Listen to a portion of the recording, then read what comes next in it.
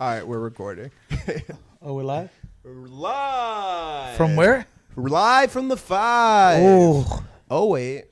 It's AB and KC. On Thanksgiving Eve. On Thanksgiving Eve. Damn, a couple years from now, we'll be turning up.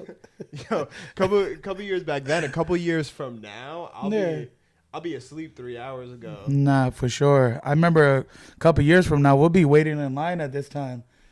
Yeah, what time is it? 7:30? We might. 7:30? Those lines were crazy. Those lines, dog. I remember we talked about it, but the compass lines. Yeah, we paid. Yeah. What was the advice you give people? Just pay. Just pay. Pay the $20. If you see a guy with a black jacket or a black coat or staff, give him $20. Just give him 20. If He'll get you in for the 20.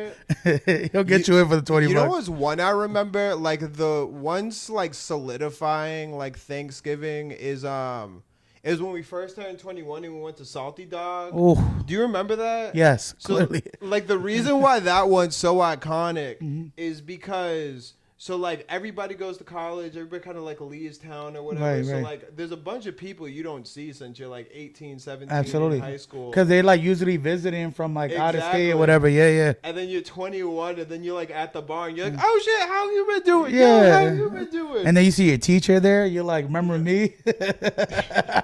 Yo, talking about that, they were like recently bumped into like one of the teachers. That was crazy. Yeah. Seeing teachers out in bars and drinking, it's like watching like your favorite superhero out like drinking. Shit's weird.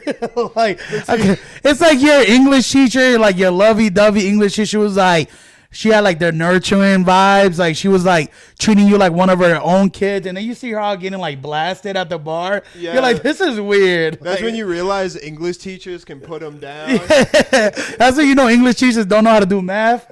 I'm like, how many beers are those? I'm like, damn, another round of shots. I'm like, that's crazy. I mean, she's littler than me. I'm kind of jealous. I feel like the two professions that like really turn up are teachers. Yeah. And nurses. Yo, nurses? Nurses? Yo, I love me a nurse. Every time I'm on like dating apps, I see like registered nurse. I'm like, yo, those scrubs, yo, those are those are my favorite. But shout out to all the nurses out there. Yo, shout out. We do need nurses. Yo, especially in those like early years. Ooh, like, they're still studying. Like they're not even like a LPN yet. They're working their way up. The determination. Like they're so motivated. They don't have no time for like no bullshit. They're going to school. They're probably a single mom. Like it's like the perfect like. It's like the perfect like combination, bro. Like it's crazy. Or they like just graduated and they're working like 7 to 7, yeah, like all weekend. So, yeah, like, yeah. On a random Wednesday, if they'll hit you up. If you walk into like a Mexican restaurant, you best believe they down in the Mars. yeah, absolutely. They down in the Mars. Or at the 99 restaurant drinking those Mai Tais. Yo, it's crazy. Shout out to the 99 restaurant. Yeah. I remember when I was working at the pharmacy, we used to do this thing. We used to leave the pharmacy on a Sunday, and we used to just get lit.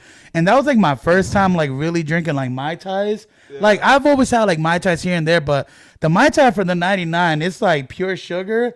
So you get like the sugar like drunkenness. Dude, I remember like getting out of there, and I was like, yo, I should not be driving right now. This shit's crazy. But well, that's one thing they don't warn you about, like when you're younger, is how trashed you will get at work events. Oh, absolutely. I remember they started in one of my old jobs. They gave us a ticket of how many beers we could get. So I was out here, you know this story. I was out here in the bathroom like, hey, you don't drink. Like, you go to church. You should give me your ticket. I had so many fucking tickets by the end of the event. I just remember like, motherfucker looked like he was gonna get a boombox. I looked like I was gonna get like the PS4 or the PS5 that had like Dave and Buster's.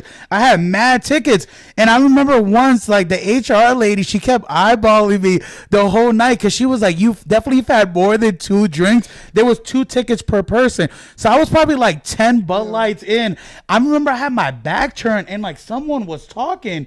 And I'm like, yo, who the fuck is talking? And it was like the CEO. He was making like a company speech. And the HR lady was just like, best to believe I got laid off the next week. Like I got fired on Cinco de Mayo, which was crazy. I turned up. Like it Nah, was they a knew what wild to time. expect. Yeah, I was so sad, bro. But Cinco de Mayo, he's about to have 10 cerveza. yo, but I have no mayo. I was sad, but I remember like I said the day before Thanksgiving, man. Like right now, it's gonna get crazy. Like they were even talking about it in the radio. I was like pulling up, and the radio was like, I felt old because the host of the radio show was like, "Damn, you know you're old when you're working the day before Thanksgiving." He's like, "This is like the best night to go to the bar," and I was like, "I know." I know you. You probably always feel old out here listening to the radio. Yo, That's listen. crazy. At least it's not AM radio. It was a sports hub. It was crazy, man. But yeah, man. Shout outs to Thanksgiving. Yo, you hit me a couple times. She's like, "Yo, what we doing on Wednesday?" I mean, I feel like, guys, but like you comment in the comment section. Do you guys feel that it would be a good idea for us to go out there and like create content? Like, I feel like we're just networking. Like, we're just out there just trying to find good content to give to the audience. I don't know. Like, you just want to do Jägermeisters and sing sicko mode. I mean, I feel like it's part of the content. And that's fine. I mean, don't let this man lie to you. Do not let this man finesse you. Yo, I'm just it ain't much, but it's honest work. It's work. It is work. Honest about I don't know if it's honest, but oh man.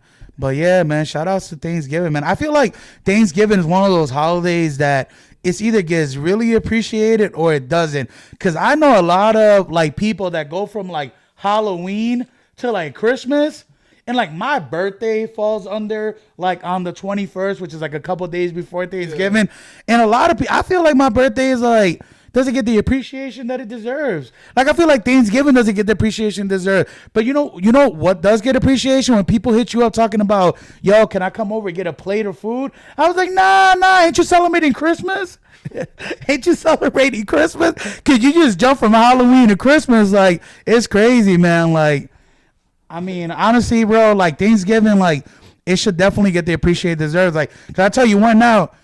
All my white friends, I have a lot of white friends that will hit me up and be like, yo, let me get that Rocco Guandules. Like, let me get that pernil. I'm like, but like, you didn't even say happy birthday to me a couple days ago. Pernil, please? Yeah, can I get some pernil with that like purple potato salad? I'm like, yes, that shit fire. Like, oh man, like what's your favorite like Thanksgiving play? What's your go-to? Because everyone's a little bit different. I tell you, there's some things that I won't eat, and there's some things that I will eat. So as far as like traditional Thanksgiving goes, like I like all that shit. I like the stuffings, I like the cranberry, the turkey, mashed potatoes, mac and cheese, all that. I'm with it. But like for me, the Thanksgiving isn't even necessarily about the meal. The meal's chill. It is what it is. Right. For me, it's about like what happens after the dinner when you start putting them sandwiches together. Ooh. All right. So what is the limit of how many days you can have leftovers? Because this is a judge-free zone, but I've definitely seen people on Snap eat Thanksgiving leftovers a week later.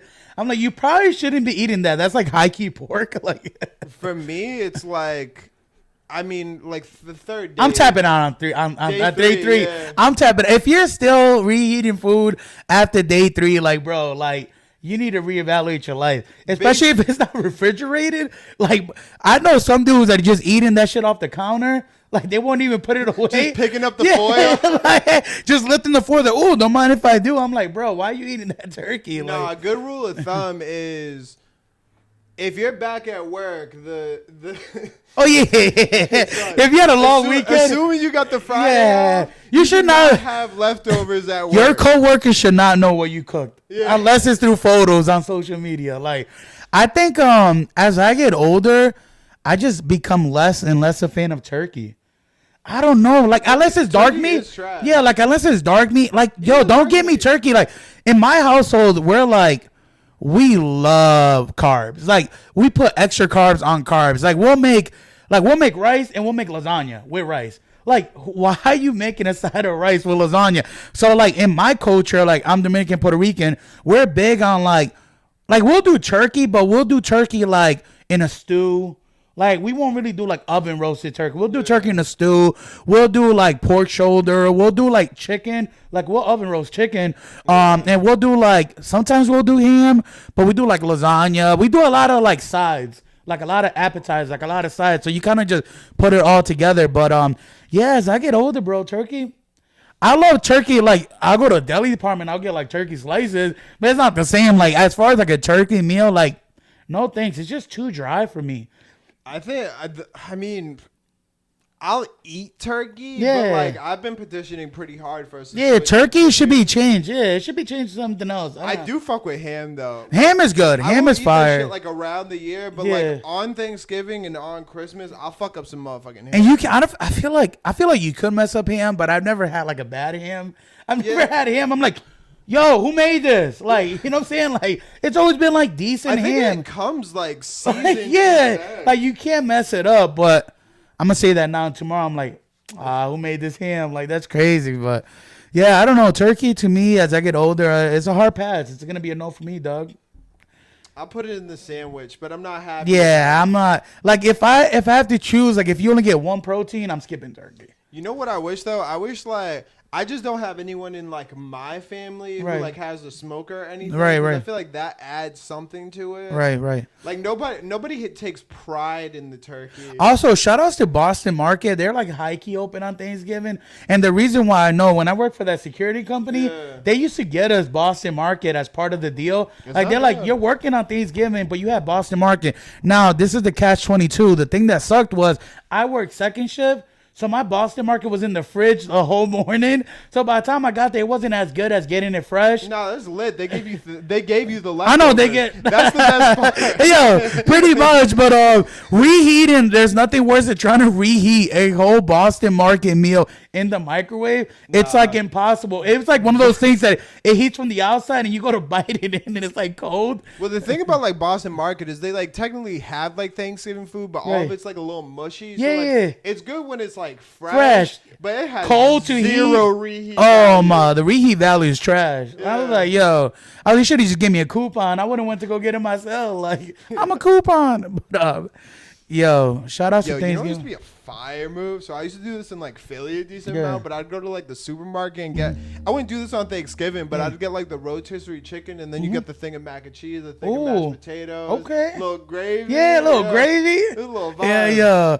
Nah, it's definitely like garlic bread. It'd be like $1.99. Yeah, and shit's like pre-buttered and shit. Now, what is your go-to, like? Because we had this conversation earlier. I think you're visiting some family for Thanksgiving. Like, what is your go-to like things to bring when you get invited to a Thanksgiving dinner or like a Friendsgiving? Cannolis? So if I do Friendsgiving, I'll probably cook something. Like 1 year I did like mac and cheese. Let him know. You be but he be chefing. This guy talks to me on the phone all the time, and he be like, "Yo, you know what I don't understand? People that don't cook." He's like, "I don't get it. It's just so dope." Like, I'd be like, "Hey, do you want to get something to eat?" He's like, I went to Market Basket. I just did some grocery. I'm all set for the week. Well, here's the thing. Like, no, he's modest. Look at it. It's mad easy, dog. This guy, man. It is so This guy is the Chef Boyardee of, like, Worcester. Like, bro, Chef Emerald. Motherfuckers dead ass be in their house just, like, looking at stuff and don't know how to make it. Nah, he be cooking. He be chefing, yeah. You have any clue how easy it is to make chicken? This is daddy. hey, chill. Nah, that's crazy. I still can't believe you made that shirt though.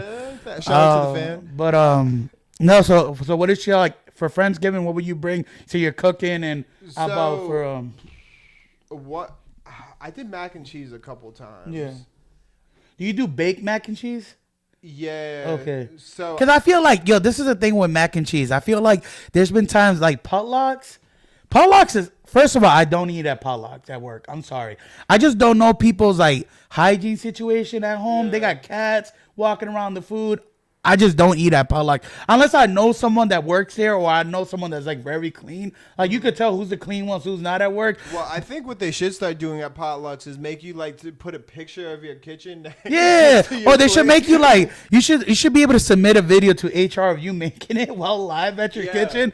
I want like a TikTok or something. But there's nothing worse than someone that brags about making a mean something, and then you taste it, you be like, this shit was ass. You know what's the worst is I love my white folks. Love them.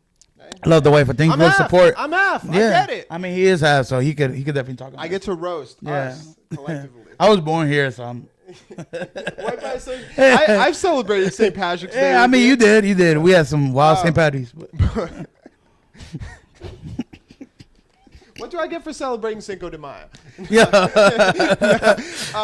Whatchamacallit? But the amount of white people have been like, bro, you have never had my mom's meatloaf. Oh my like, God. Fuck outta here, the bro. meatloaf Nobody is like, wants your meatloaf. it's like their go-to. I feel like when it comes to meatloaf, they love mentioning meatloaf. But mac and cheese is a big one. And mac and cheese, listen, one thing about mac and cheese, now I feel like mac and cheese is one of those food that it's like an international food. It's weird for someone not to like mac and cheese. And I feel like with TikTok and like all these social media platforms, everyone finds different ways, like the cheese pool or like the different types of cheese, or they'll be baked. Like I think with my mac and cheese, I'm at a point now that if it's not baked, I'm not eating it. Like it has to be baked. I like that crispy like cheese on top. But there's nothing worse than someone that's like, I make a mean mac and cheese, and then you see them come to the potluck and it's Kraft mac and cheese. It's Kraft mac and cheese. It's powdered cheese on top. I'm like, you do not make a mean like mac and cheese. Like mac and cheese is mean because I'm angry. Like you couldn't even gone into like Panera Bread. You're like the Incredible Hulk. Like you couldn't even gone to Panera Bread and lied that you made mac and cheese. Panera Bread's mac and cheese is fire. That's a fire move. Yeah, honestly. Like bro, I remember. High key, I've done that before when I've been invited to like parties and I've gone to like the Dominican restaurants and I'll just get like the big platter and I'll bring it to like the party. Everyone's like, yo, this rice is amazing. It'll be like a sweet 16 or it'll be like a gender reveal party. And I'm like, I dabble. Like, I never dabble. Like, this shit straight from a Spanish restaurant, bro. Got catering. Yeah. I'm like, they're like, yo, that's weird. Why is this company's name on it? I'm like, yo, it's my side business. I low key like run like Spanish restaurants on the side, but yeah, and that's crazy, man. I think with me, like if I get invited somewhere, I'm high key going straight to like the bakery aisle. Like it's just easy. Like I'm bringing cookies. I'm bringing like you talked about cannolis. Like I'll bring cheesecake. Like. No one's gonna get mad if you bring cheesecake. It's like going to like a cookout. It's like going to a cookout and you bring sodas. There's never enough sodas. Yeah. But then if you go to the cookout and you're out here bringing napkins, like you don't want to be that guy. Like napkins is kind of a power move, though. But it's important. But like if someone's bringing steak, or if you bring one bag of chips. You're greedy. One bag of chips, especially if you bring one bag of chips and you're the first one to open it, that's crazy work. Like, you got to bring at least 2 bags of chips. The sodas come in the clutch because sodas, like, people just run down those. Like, buns, like hot dog buns, hamburger buns. Okay, that's fine. Yeah. But a napkin, like, if you bring one roll of napkin, that's crazy. I was talking to somebody, and I thought this was low-key genius. They brought a veggie platter. Yeah. And it's like... It's one of those things. No one will eat it, but if you eat it, you could bring it. You could bring it home. Like it is a power move. If you and usually at potlucks, people are like, "Oh, I brought fried chicken. I brought this," so it's super unhealthy. Right. So just like having it present, it shows you care. Even if you don't eat any vegetables, it feels well. Right. You know what I mean? I'm high key not touching the vegetable. I'm not touching it either. Yeah. But I appreciate Dude, I used to hate like my grandmother when I was young. She used to love like celery sticks with like ranch and shit, or like carrot, like baby carrots. I'm like, yo, why? Like, are you eating this against your will? Like, you should not be. Crunchy. I love veggies, but like raw, like veggies, I'm good. I'm out on raw veggies. Raw brolic. I could fuck up some celery and like peanut butter, little ants on a log. Nah. Little raisins. I can't. Come on, my veggies gotta be cooked or like roasted. I'll mess with that, but like raw veggies, not for me. Little. Yeah, but what's up, dog? But yeah, now with me, I'm at the pastry aisle. I'm at the bakery aisle. Like if you're inviting me over, you're hiking, getting cheesecake, you're getting some cookies, you're getting something quick. Or there's been times that you know those little sandwich platters that they come like pre-cut, like Boris said. Yo, those are easy. They're way more expensive than just buying the stuff and making it yourself. But I've definitely tried to do that before, where I've like bought the rolls. I'm like, oh, I'll just make the sandwiches myself. It sucks. It sucks to cut them at an even like I don't know. It just sucks to like toothpicks in them. Yeah, I'm like, this is too much, bro. I'm just gonna get the sandwich platter, bro. But you know, it's a power play. So you're going to like not meeting your girlfriend's parents, but it's like the first time you get invited to like girlfriends. Bring wine. You bring wine. Wine's cool. Yo, Wegmans platter. Ooh. It shows that you care. But it also shows that you low-key have money, because if you're already bringing Wegmans platter, bro, Wegmans platters are outrageously priced. But they also be like low-key fancy shit. Oh, like for sure. Like a little hummus platter. Yeah, like the tomatoes are tucked in. Kalamala olives. Yeah, it's a vibe for sure. Little tambuli. Yeah, if I'm getting invited over to like a girl's house or whatever to meet them, I'm bringing wine. Like unless they're like religious and shit. Should I bring wine? But I mean, Jesus drunk wine. But I high key bringing wine. I've definitely whipped out. I whipped out the Lambrusco. Yo, love the Lambrusco is so good. Like, there's no one that's ever had the Lambrusco and told me not. If you haven't had the Lambrusco, go to your local like wine or liquor store. Lambrusco, if you guys want to sponsor us, we're taking sponsors. I'll be a glad signee of being sponsored by Lambrusco. Shout out to Lambrusco. It's like a sparkling wine. It's like the only wine I do drink. I wish I was more into wine. I remember you telling me like you dabbled into it a little bit. I a lot of tasting. Yeah. So, I got there's like 3 or 4 bottles I'll go after. Like anything by Federalist. Like those wines are dope. Ooh. And then there's another one called Imagery, I think. It's like a white bottle with it has like a black drop on it. Yeah. That shit bangs. I don't know the difference between any of those. I just go with Lambrusco. I'll go like with like rosé, like sparkly, like any sparkly wine. Amazing. Black Box Cab if you're trying to get real lit. Oh, I don't know that, but Franzia ain't doing it. Catch me out here with some Bel Air. Little Bel Air. Yeah, I remember drinking Bel Air for the first time, and I remember getting it because like Rick Ross, I was like his drink or whatever, and it was like a flex. Bel Air is one of those drinks. It's not expensive, but it's expensive enough that if you whip out the Bel Air, everyone's like, well. It's like one of those things. Everyone's like, "Ooh, he got that Bel Air." Like if you pour that at the right, like at a champagne glass, if you pour it the right way, it looks good for the photo. If you're flexing on Snapchat, it looks amazing. It looks good at the event. And it's just the bottle design. It's like black, or if you get the white one with the gold, it's fire. Well, I feel like Bel Air is high key for like girls who want to be in VIP. Yeah. Like they see that Bel Air and it's no spades or anything like that, or like Jay-Z's like champagne. But they heard about it in the rap Bel Air is definitely known. It's like, yo, you know what's another one you used to fuck with? What? Nuvo. Ooh. Yo, you were big on... So all my Dominican friends out there, or all my Caucasian friends that are out there, if you don't know what Nuvo is, just YouTube a song by like Omega or Fuego. Yeah. Nuvo, it was like a pink drink. It was like, I don't even think there was like another pink drink in time. It was like, it was different. Catch Abel pulling up to the spot with the slacks, the loafer, and the big pink we bottle. talked about that, my Dominican phase. Like, people don't know. Go to my old Instagram, and you'll know what I'm talking about. I definitely went to that Dominican phase where it was like Romeo Santos, like Prince Royce. It was like extreme, like, everyone went to that phase where like I like stopped the sneaker stuff for a little bit, and it was like loafers, it was moccasins. I had the Ralph Lauren boots with the belt buckle, like the rain boots. I had those. It was nothing but like Ralph Lauren tight shirts and slacks.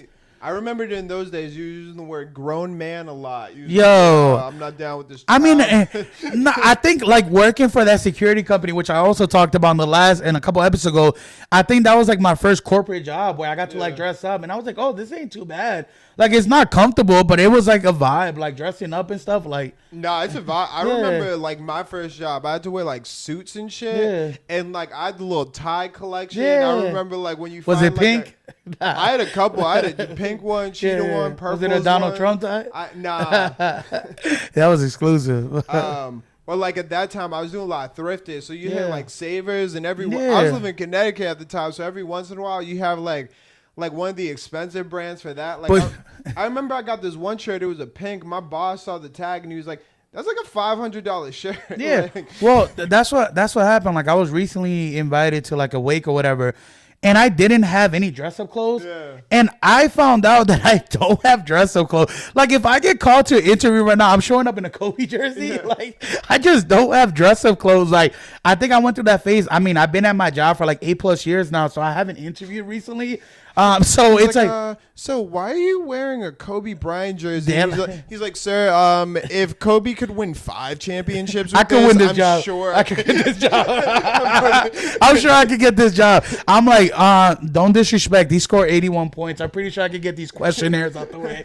No, I just don't have dress-up shirts. So I realized that I'm having a Mamba mentality at work. Yo, that's crazy. You imagine like me interviewing them, because that's something Kobe would do. Like, shout out to Kobe the Great, man. Like, one of my favorite player of all time. Anyone else to do the work? He's like, yo, why is Abel submitting all of the reports? Yeah, he's like, yo, he doesn't pass the reports. Yeah, I just don't have dress up clothes. I'm at that age now that I'm about comfort. Like, catch me out here in foam runners, Yeezy slides, like Yeezys, like Ultra Boost. Like, when I found out about Ultra Boost, I was like, it's a wrap.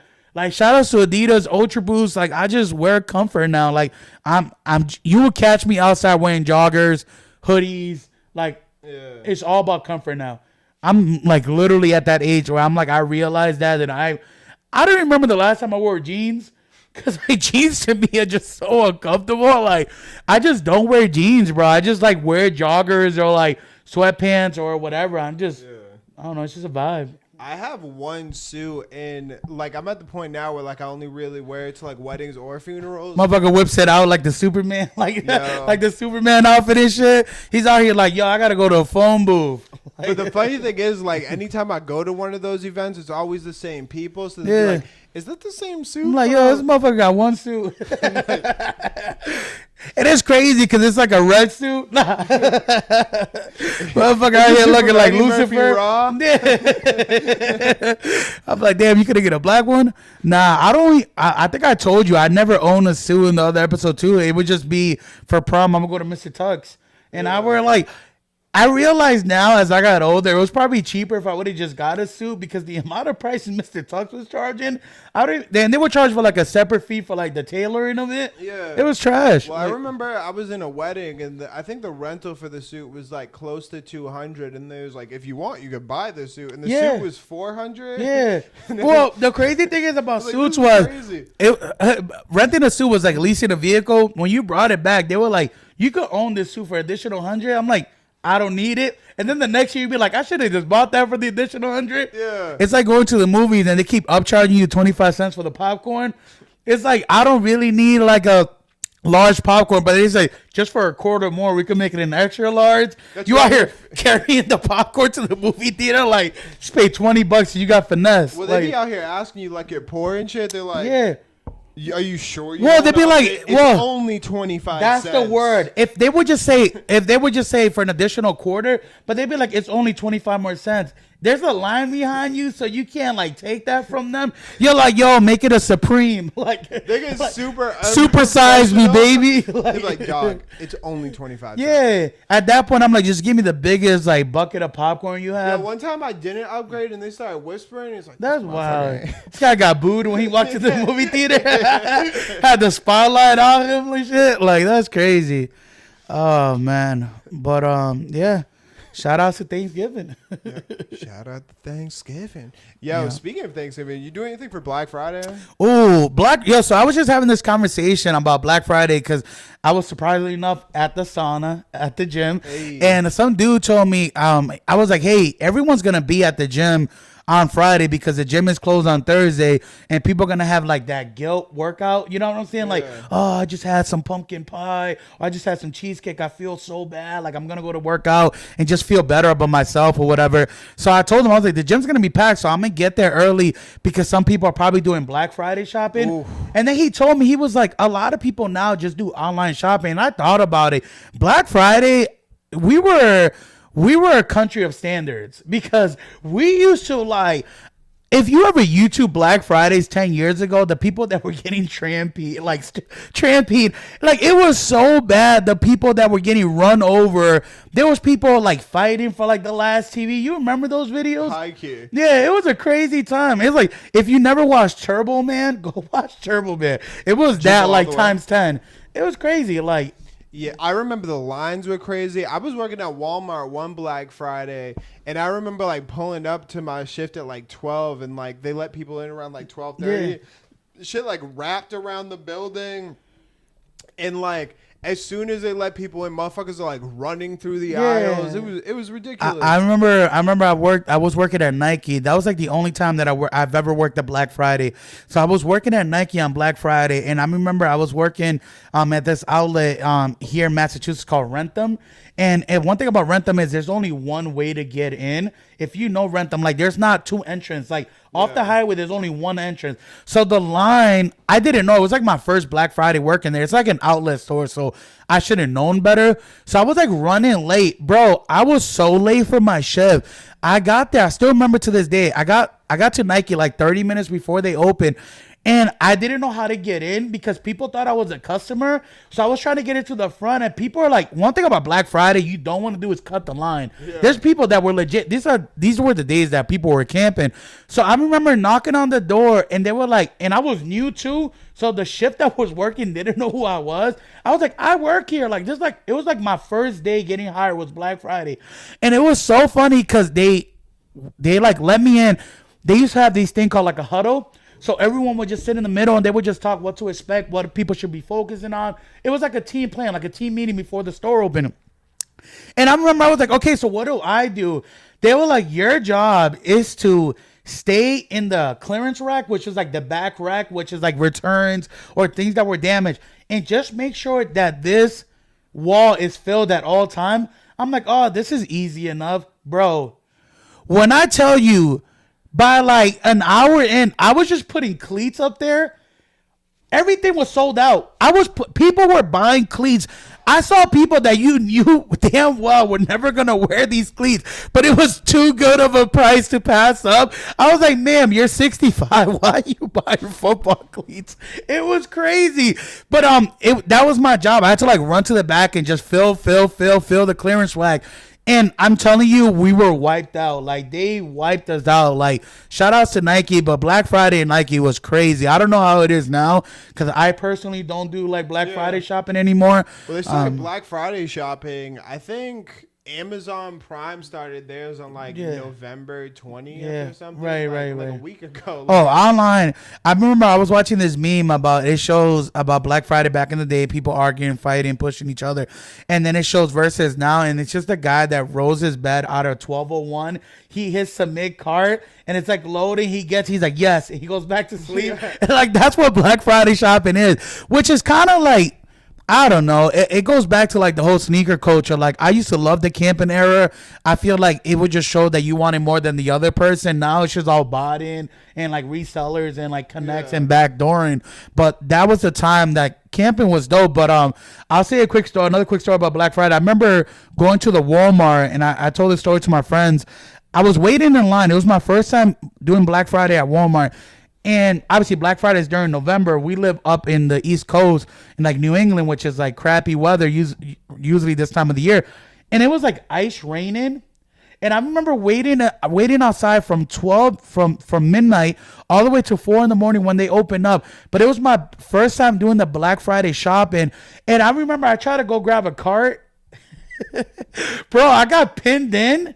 I went to go grab the car. When I looked back, people were pushing me in, so I was like pinned into the car. So by the time I ran to get an Xbox 360, they were sold out. So I waited. I was soaked and wet. I was borderline had like pneumonia. I was super sick, and I got pinned in and didn't get the Xbox 360. I remember that going to Target, which was across. It was across the highway. There was no one there, and they had the Xbox 360 for the same price. And they had so many of them. I was like, this was whack. Because I tell you one thing about Black Friday, Walmart gets all the hype. Yeah. I feel like Target doesn't get the love. I don't know how it is now. But back in the day, it was Best Buy and Walmart. But Target, I walked in, and it was like too fancy for that. Yeah, it was like an average day at Target. I walked in, they were like, "Good morning, sir," and I was like, "Where's everyone at?" I walked to the electronics section. They literally had the same price Xbox 360. Bro, I was like, I'm never doing this Black Friday stuff. Also, I don't know why I went to go get a cart. I had one item, but It was just like normal practice. 360's mad heavy. Yeah, bro, it was crazy, man. But and they paid me good. They would have not let me go. I was in there. One thing about the car section, if you know, they barricade that shit with metal bars. Yeah. So I had to wait till everyone was done grabbing the car. The store was like, they did the announcement. They were like, we're closing in 10 minutes. I'm like, that's whack. How long have I been here? It was crazy, bro. Oh, man. Nah, I remember when I was working at Walmart. So Walmart like has no rules when you work there. That motherfuckers have no quality control. Right. But for Black Friday, there's like, here's the deal. Everyone works Black Friday. Yo. There's no call out. Yeah. If you call out, you're fired. You're fired. Yeah, you're done. You're fired. So one of the shifts was a 12 to 12. So you That's come crazy. in at midnight, then you leave at noon. I seen people like hide, like employees. I'm not even lying to you. So I see people hide under the clothing racks. So what ended borderline up happening illegal. is, I don't know how they choose them, but like there's a bunch of people working from midnight to noon. And I remember there was this one lady. She had to be like 60 or whatever. That was crazy. They didn't give her a break, did they? So I'm just like scanning, doing my thing or whatever. I look over. She's like standing at the register. Hold it for dear like life. this. Yeah, no, I'm telling you. She's like in standard fetal position. And so I'm like looking over. I'm like, yo, is she like asleep?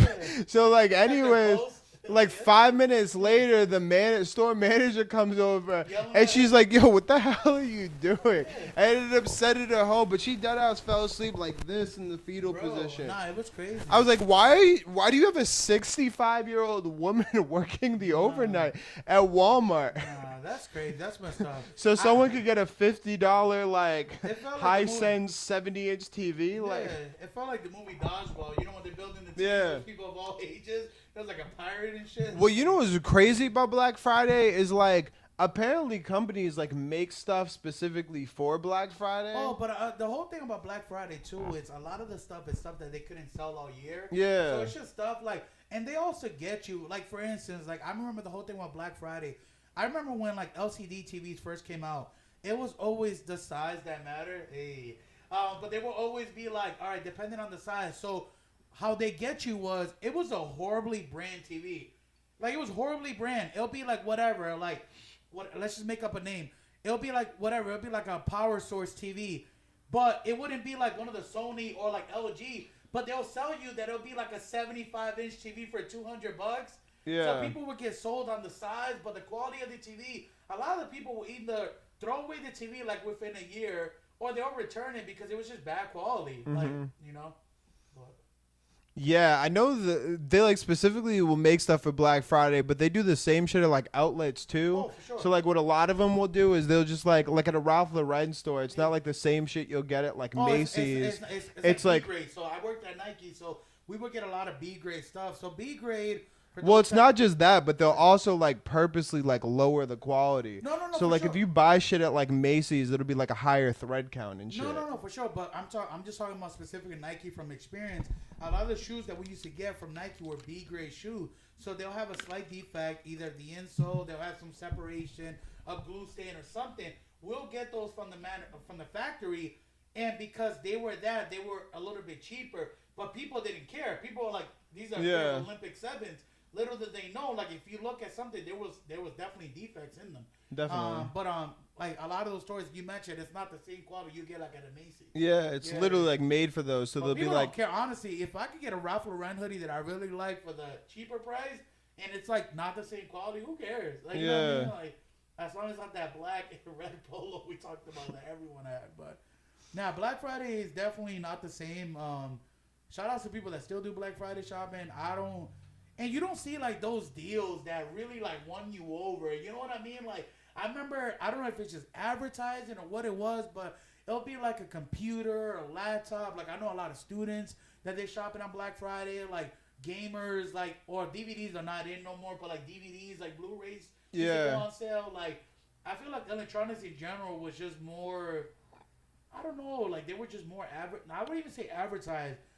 There was just a better need for electronics. You know what I mean? Like I think it's that, but also like now with like Amazon and the internet, what'll end up happening is like back then there was only so many brands, so like people would go for those. The competition brand now. Like a good example is like these mics. This is a fucking company called Fife, and it like gets the job done. You guys want to sponsor? Hey, but like legitimately, like with these mics, it was just like, okay, it has good reviews. I don't really care about like the name brand or anything. It just is what it is, you know. But now you have access to like thousands of these kinds of products, opposed to like back in the day when you only had access to the 5 that Best Buy had TVs were always had a contract with. It was always like LG, like Sony, Samsung, you know, Panasonic, certain TV. Now there's like Element, Westinghouse, like all these other companies. And again, a lot of people don't do research. A lot of people just go for the size. They go for like, you know, the bells and whistles, but they don't look at the actual research. Like, this is not a good investment. You know, even though it's cheaper, you know, but some people don't care. Some people just want that. And I think it was like a rush that people like. For instance, like waiting in line and knowing that there was like a X amount of these available, and just you walking out with one of them, it was like a instant gratification. I don't know how to explain it because a lot of people did it for those reasons too. Like if it was like limited or whatever it was, like people definitely wanted to be one of the few that grabbed it. Well, I think it's that, but then also like back in the day, you had way more of like a collective mind, because like once the internet started happening, people like stopped watching as much TV. So like people were finding interviews in like YouTube, or like they were finding entertainment and like a million other things, opposed to like in the like early 2000s/90s, people only watched like 6 channels, and all 6 of those channels were like, why aren't you at Walmart? Go to Walmart right now, buy the Sony TV. Opposed to like now, like if you're watching a streamer, I'm watching random TikToks, and somebody else is watching like the cable. All 3 of us are getting way different messaging. You know what I mean? Nah, for sure. I remember I used to hate the back to school commercials. There's nothing worse than knowing that your summer was over as a kid. And when they started giving the back to school commercials, yo, they'd start them at the beginning of the summer. I'd be like, why are we playing these on June 3rd? Like, why are these playing at the 4th of July? But that was the worst. That was like a clear indicator for me knowing that my summer was about to be over. It was a back to school commercial. You'll walk into like a Walmart or a Staples, and they already have like the school supplies. I'm like, they are here playing games. Getting my bike ready, about to go out, and like buy notebooks and backpacks at Target. Which just messed up your whole vibe as a kid. I'm like, yo, I didn't want to play Manhunt anymore. I just want to stay inside and prepare for this next grade that I'm about to join. Yo, on a side note, so like I can like see the screen right here. Yeah. So for the past like 10 years, I only wore black socks, but I feel like white socks low-key kind of like came back in style. White socks are a vibe, but I'm also like a baby when it comes to. Well, here's the thing. Yeah. Here's the thing. Black socks never get dirty visually. Oh, I love black socks. And shout out to like the Michigan Fat Five for wearing like the black socks and being like one of the first ones to like really use that.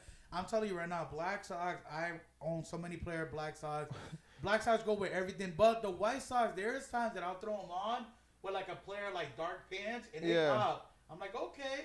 But I also like high-key walk around socks in my house, and by the couple wear, like they start getting like that weird like tan color, and I'm like, I'm good after that. Like, my thing is I'll wear like socks for like, I don't know. I don't buy new socks that often. Yeah. But like I was at the gym the other day, and like depending on the workout, like I'll work out in socks, like especially if I'm doing like deadlifts or if I'm doing like a couple of things. You get it, you get gains. Hey, this guy's Arnold Schwarzenegger. You know what it is. But I remember I took my shits off and I saw like dirt stains, and I was like, this is embarrassing. I should put these puppies away. That's crazy.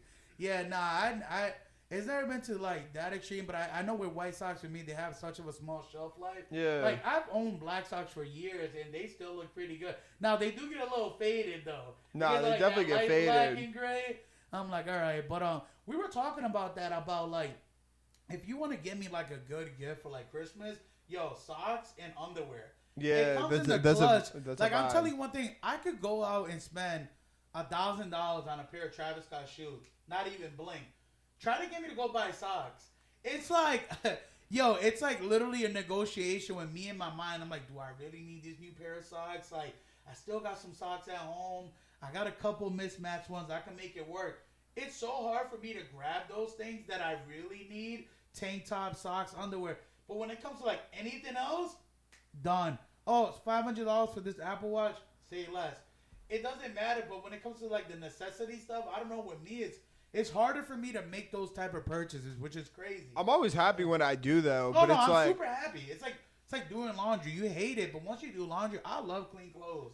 There's nothing, but I tell you all the time, like every time he'll hit me up, I'm like, yo, I'm doing laundry. Like, there's nothing better than having a fresh set of laundry. Like, this is amazing. It's like getting new clothes all over again. You're like, this is amazing. It's Christmas once a week. I also go through so many clothes now. Like, I go to the gym like every day, so I go through clothes like left and right. But yeah. Fun stuff. So this weekend we worked on the jingle. Ooh, yo, the jingle. The thing about our jingle is I feel like our jingle is up there with a lot of other jingles. Like, I feel like, because we always sing different jingles and we joke around about all the jingles and about how in the 90s. Well, there's the greats. Yeah. There's Full House. Oh, Full House. Fire jingle. Saved by the Bell. Saved by the Bell. For our locals, one thing I feel bad about, like, other people in the country, they've never heard the Water Country theme song. Water Country, A Affordable, The General, like J.G. Wentworth. Like, yo, these are straight certified bangers. They're bangers, yes. Ours is up there in the Mount Rushmore of jingles. Like, I'm not trying to toot my own horn. The process of it was a process. It was a process. It was a fun process. It was a collective effort. It did take 6 hours to make a 10-second song. Yeah, shout out to people that do these on a daily. Like, we get it. You're talented. But not for nothing. Like, I've never used GarageBand before. Yo, I legit downloaded that day. Like, we were like figuring all that shit out. It was fucking crazy. All new to us, by the way. We're learning as we go. But I think it's gonna be a banger. I think they're gonna like it. Hopefully, it's ready for the next episode. It should be on this episode. Yeah. So the jingle that you heard at the beginning of this episode is what we're talking about right now. Just in case you noticed that in the beginning, you're like, what is this masterpiece? Yeah. Where do I download it? Also, shout out to my dad for coming in and giving us some gold. I remember I saw your dad out there, and I don't want to be like, I don't want to take like full credit for it, but I was like, yo, we got to get your dad in here, bro. We got to, like, your dad has such of a unique voice. I don't know, like, I also always think your dad is a pimp. I always tell you this. Like, we've had this joke since we were young. Like, I've always said that your dad is low-key a pimp. But he got, like, that smooth voice. Like, it's fire. Like, that sample he gets on the track. Like, well, he had fun with it, too. Like, once we kind of, like, told him what to do, it took a little bit of guidance. Nah, it took some guidance, but he came through. Nah, he was vibing, though. I said that joke. Like, everyone that, like, every time I hear a Tupac story, they talk about how Tupac goes to the studio, writes a song in like 20 minutes and like dip. Yeah. That was your dad. Your dad walked in here, took him a few tries, but once he got it through, he like walked out of here. He was like, yo, my job here is all He was like a natural host. Yeah. I was like, we need to get your dad in here more because he's a talent. But now the jingle's fire. I can't wait. No, I'm excited about it. You can get it as a ringtone like back in the day, just the instrumental. Yeah. You remember those days? I remember when I was a kid, like I couldn't afford certain ringtones because they were like a little bit more with the audio. So I would just get the instrumental. So I had like Candy Shop. I had like Kiss Me Through the Girl. I didn't even get the instrumental. I got like the polyphonic. Yeah, you know what I'm talking about? I hike had the instrumental. Like, those were the days. It wouldn't even be 50 Cent on it. It'd be like, I'll take you to the candy shop. It'd just be some random dude whispering. I had Barry White. I'm like, yo, who made these? Nah, I had the instrumental, and I remember I had motherfucker had Crazy Frog. I don't know. I had like the Nextel phone, and I don't know if you remember the Nextel phones. You would press the volume button, and it would just press it. It would just press like a song mad loud on your phone. Yeah. So I remember I had the Nextel phone. I would just like hold it, and it would be like Candy Shop, like instrumental. Super annoying, but like that was like the whole walkie-talkie phase and stuff. Like, yeah, those were a good time. I remember I had a voicemail where like I like ad-libbed with the song. You know what I mean? Oh, did you have those special I was like, yo, this is Keelan, a.k.a. Big Papa. I remember I had a voicemail, and I'd be like, yo, you reach your boy A.B. Sorry, I missed your call. But just leave a voicemail after the song. Motherfuckers use a sleepy voice. Yeah. I would play a song near the phone, and I would just be standing there like an idiot, playing like 10, 15-second song. I would hang up, It was like such an unprofessional voice, but if you think about it, like there's no reason why you should be listening to that's Let It Burn by Usher. That's definitely a sexy Latino move. Oh yeah, that's a sexy Latino move. What can I say? I was a romantic. Hey, I remember I had one of those ones where I was like, "Hey, what's up? Yeah, okay, just kidding. This is a voicemail." Dude, I hate those. So shout out to my uncle because he has one of those where he'll like answer. He'll be like, "Yo, wait," and they'll be like, please leave a message. I'm like, this is so whack. Wait, does he still have one? He still has that. Wait, he doesn't even say yo. He like answers it, and you're like, hello, and then it's like, bing. Like it will just tell you to leave the voice. But I'm like, bro, why does he still have this? Like, shout out to my uncle, but I respect that. But no, this was a big past week for me. It's my birthday. Bravo. Thank you. Happy birthday. Turned 33 years young. Hey. My grandma told me that was the age of Jesus. Okay. Something I learned. Yeah. I think that was the age of Jesus when he got crucified, which I don't know how. Well, I believe the great E40 said, Jesus Christ had dreads, so shake 'em. I ain't got none, but I'm planning on growing some. Oh. So, with that hair, maybe you'll have dreads too. Was that? It was in the tell me when to go part. Tell me when to go.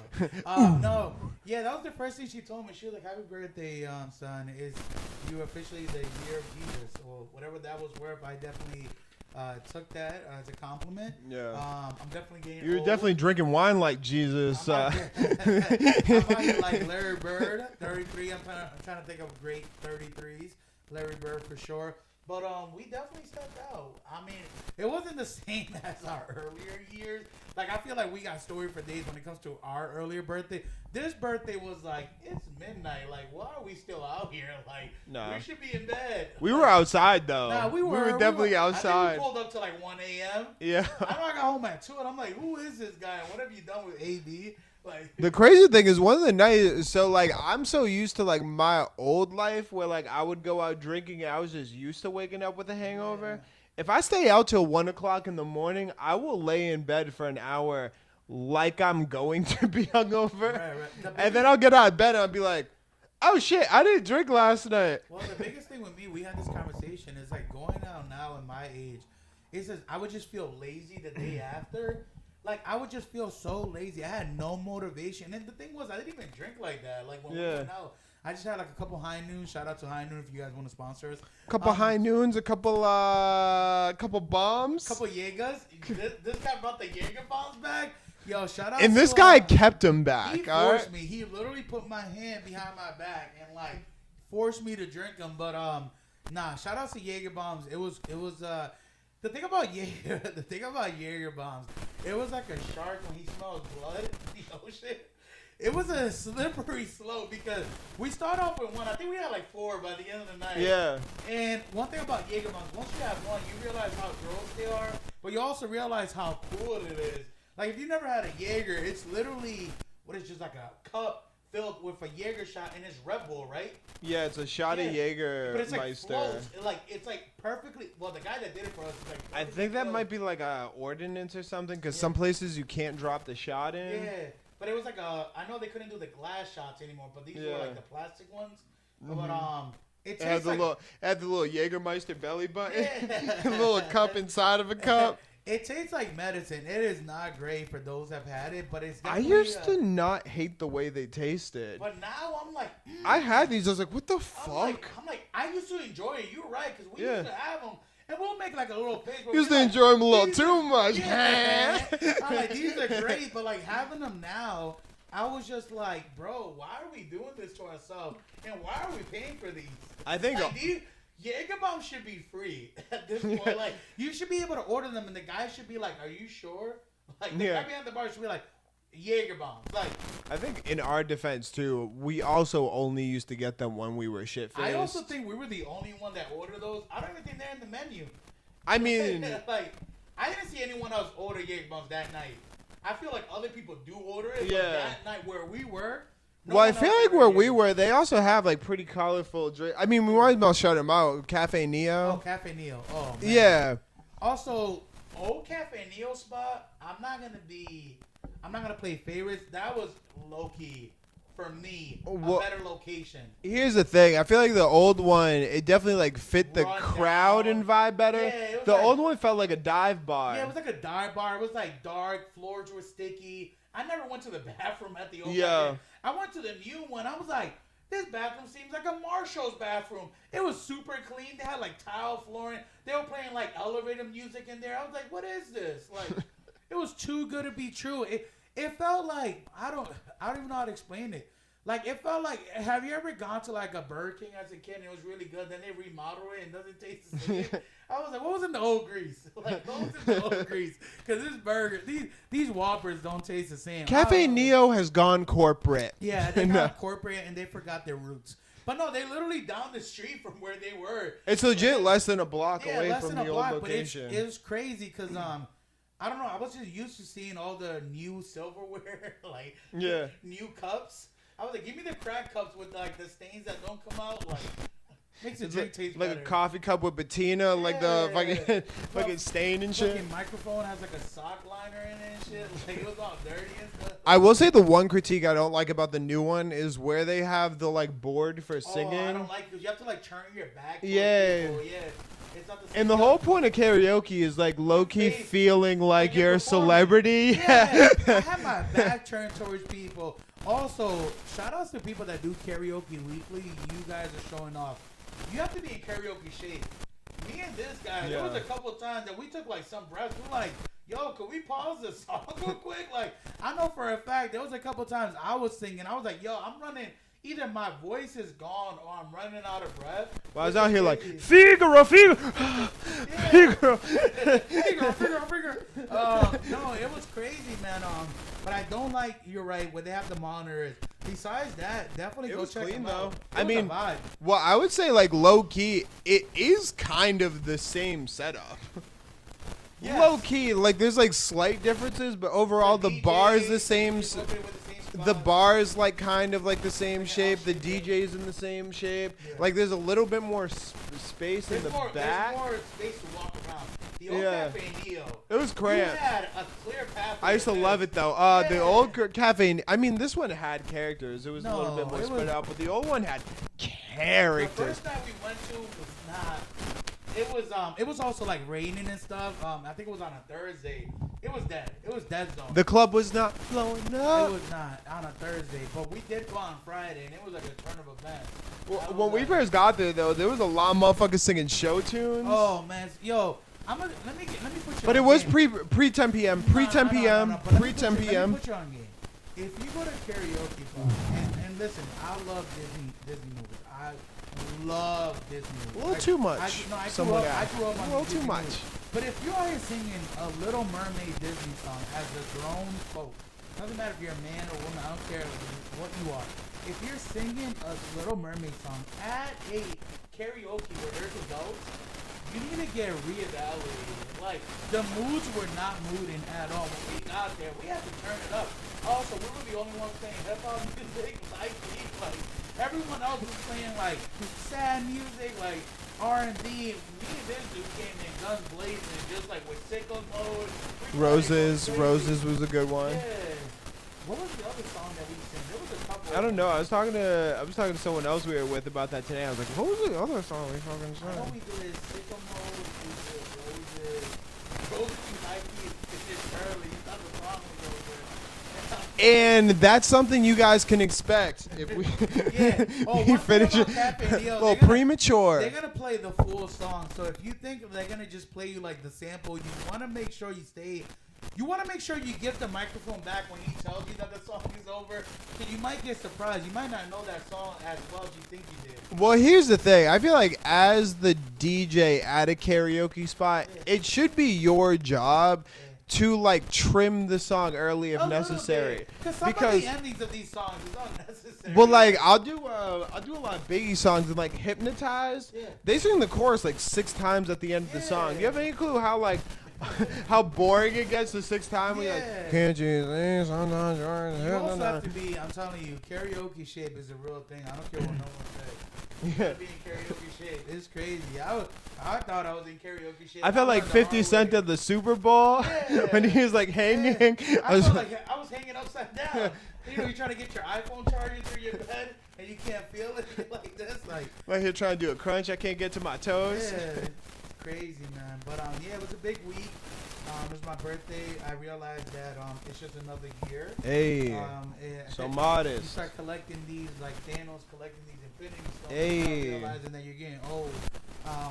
But my weight loss 1 year.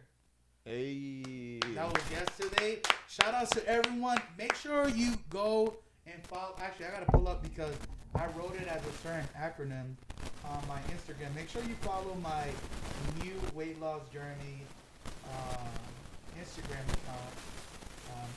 It's A as in Apple, B as in Bravo, W as in Whiskey, L as in Lima, J as in Jingle. It's all love. You need a new name. A as in Apple. So it's pretty much an acronym for AB Weight Loss Journey Instagram account. Go make sure you follow me. I'm gonna be posting some content. And for those that don't know, I lost a total of 162 pounds since March 7th. I have over 450 total workouts. That's insane. Since November 26th of last year. I had a streak of 184 days, I believe today. 183 days in a row without taking a day off, which is 6+ months. I pretty much changed all my eating habits. Pretty much try to stay away from my fast food. Did a high protein diet, high veggies, high fruit. Active lifestyle. I will go twice a day to the gym, and I did the same workout routine, which I'm gonna be posting on my Instagram. I was actually able to document some of that today at the gym with what my workouts were. Everyone's body's different. What works for me might not work for you, but it worked for me. I'm gonna be implementing new workouts as I get more comfortable with my body. But shout outs to me. Shout out for the commitment. Shout outs for all those that supported. Make sure you go check my Instagram page out. Show some love. We're trying to post positivity, trying to motivate those that are just need that extra motivation to get to where they need to get to. But nah, shout out to you. You've been crushing it. Motherfuckers been crazy, locked in. Man.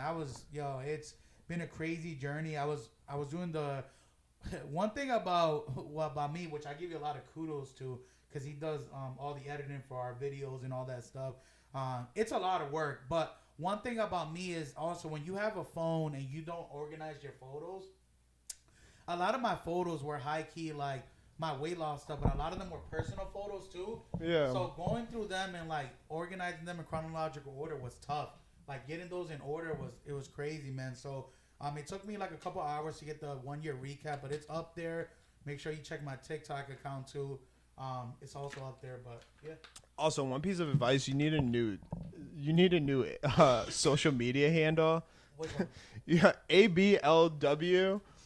You can't even remember it. Oh, for that one? No. I mean, I did an acronym. I didn't want to do like AB weight loss journey. I didn't want to write all that. But you should high key do that. Nah, it's too long. I think people will get to it eventually.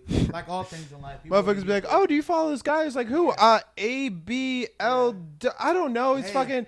It's gonna be hard to find. I'm just telling you from a search engine optimization thing. It's gonna be a fucking nightmare. Nah, for sure. But let's see. I'll write it out for now, and then we'll be up. I'm always receptive to changing it down the road. But yeah, everything else was taken. I feel like I almost had to put a 1 at the end. This is whack. I'm like, who's out here stealing these names? Like, I feel like all the good Instagram accounts and social media account names have been taken. But yeah, man. Shout outs to me. Can't wait for year 2. So yeah. Luckily, AB and KC podcast was still available. It is still available. Wasn't Casey and AB taken? It might have been. Yeah. But I think 11 of them were taken. I would have had to do Casey and AB 12. Yo, Casey and AB, sexy Latino. Hey. 261 is taken. Oh my God. But yeah, no. So it was a good week, good celebratory week. Oh wait. Well, you were talking about this with Café Neo. We mentioned a slew of characters. Yeah. Do you remember the Blarney Stone? Of course. Yeah. Dog, the Blarney Stone was the wildest collection of individuals I've ever seen in my fucking life. Oh, you could get lit for like $20 at the Blarney Stone. The Blarney Stone. They had $1 shots, which it was unnecessary. The Blarney Stone was they this also like got shut down because there was rumors that there was people that were getting way too intoxicated. They wouldn't know where to cut them off, so they would get into like car accidents or whatever. So which I don't think should be the bar's responsibility. Right, of course. But anyways, the Blarney Stone was like this dive bar that was right by Clark University, and the thing about it was like. It was the shittiest fucking bar ever. It was like this huge circular bar. It had free popcorn in the do you remember the bathrooms? Oh my God. The bathrooms are fucking disgusting. It was like this 6-person like connected like massive porcelain urinal. And no, the bathroom was super nasty. The bathroom was like you walk in there and it sounded like a wooden plank in a pirate ship. Yeah. It was terrible. Like, it was so terrible. Like, I remember... Like, reeked of piss. I don't even think the doors closed all the way, so there was always, like, a peek. It was crazy. But I used to go to Blarney Stone for as a pregame because it was so cheap. I'm telling you, I would go there on a day and I wouldn't spend more than $40. It'd be a vibe. Right, yeah. And they had Jello shots. They had all kinds of, like, weird, also, like Jolly Rancher shots, all kinds of stuff. And then, was there for, like, 2 weeks. You want to talk about not getting the upcharge or not getting a bigger size popcorn? You should not be getting a bigger size popcorn at the Blarney Stone. I remember motherfuckers like going behind the bar to get more. It was, oh my God, I miss that place. Nah, that place it was really a vibe. Good. And the dope thing about it is you would have college students, you'd have dudes who were like in their 20s, you would have like rundown like 40-year-old. They'd be I've like, definitely seen like someone some shit in there. I've never been to a place that was like collectively that like a diverse. Pizza spot right next to it. Yeah. Never ate there, but I heard it was a vibe. A lot of college students used to go eat there. It's probably like average pizza, but yeah.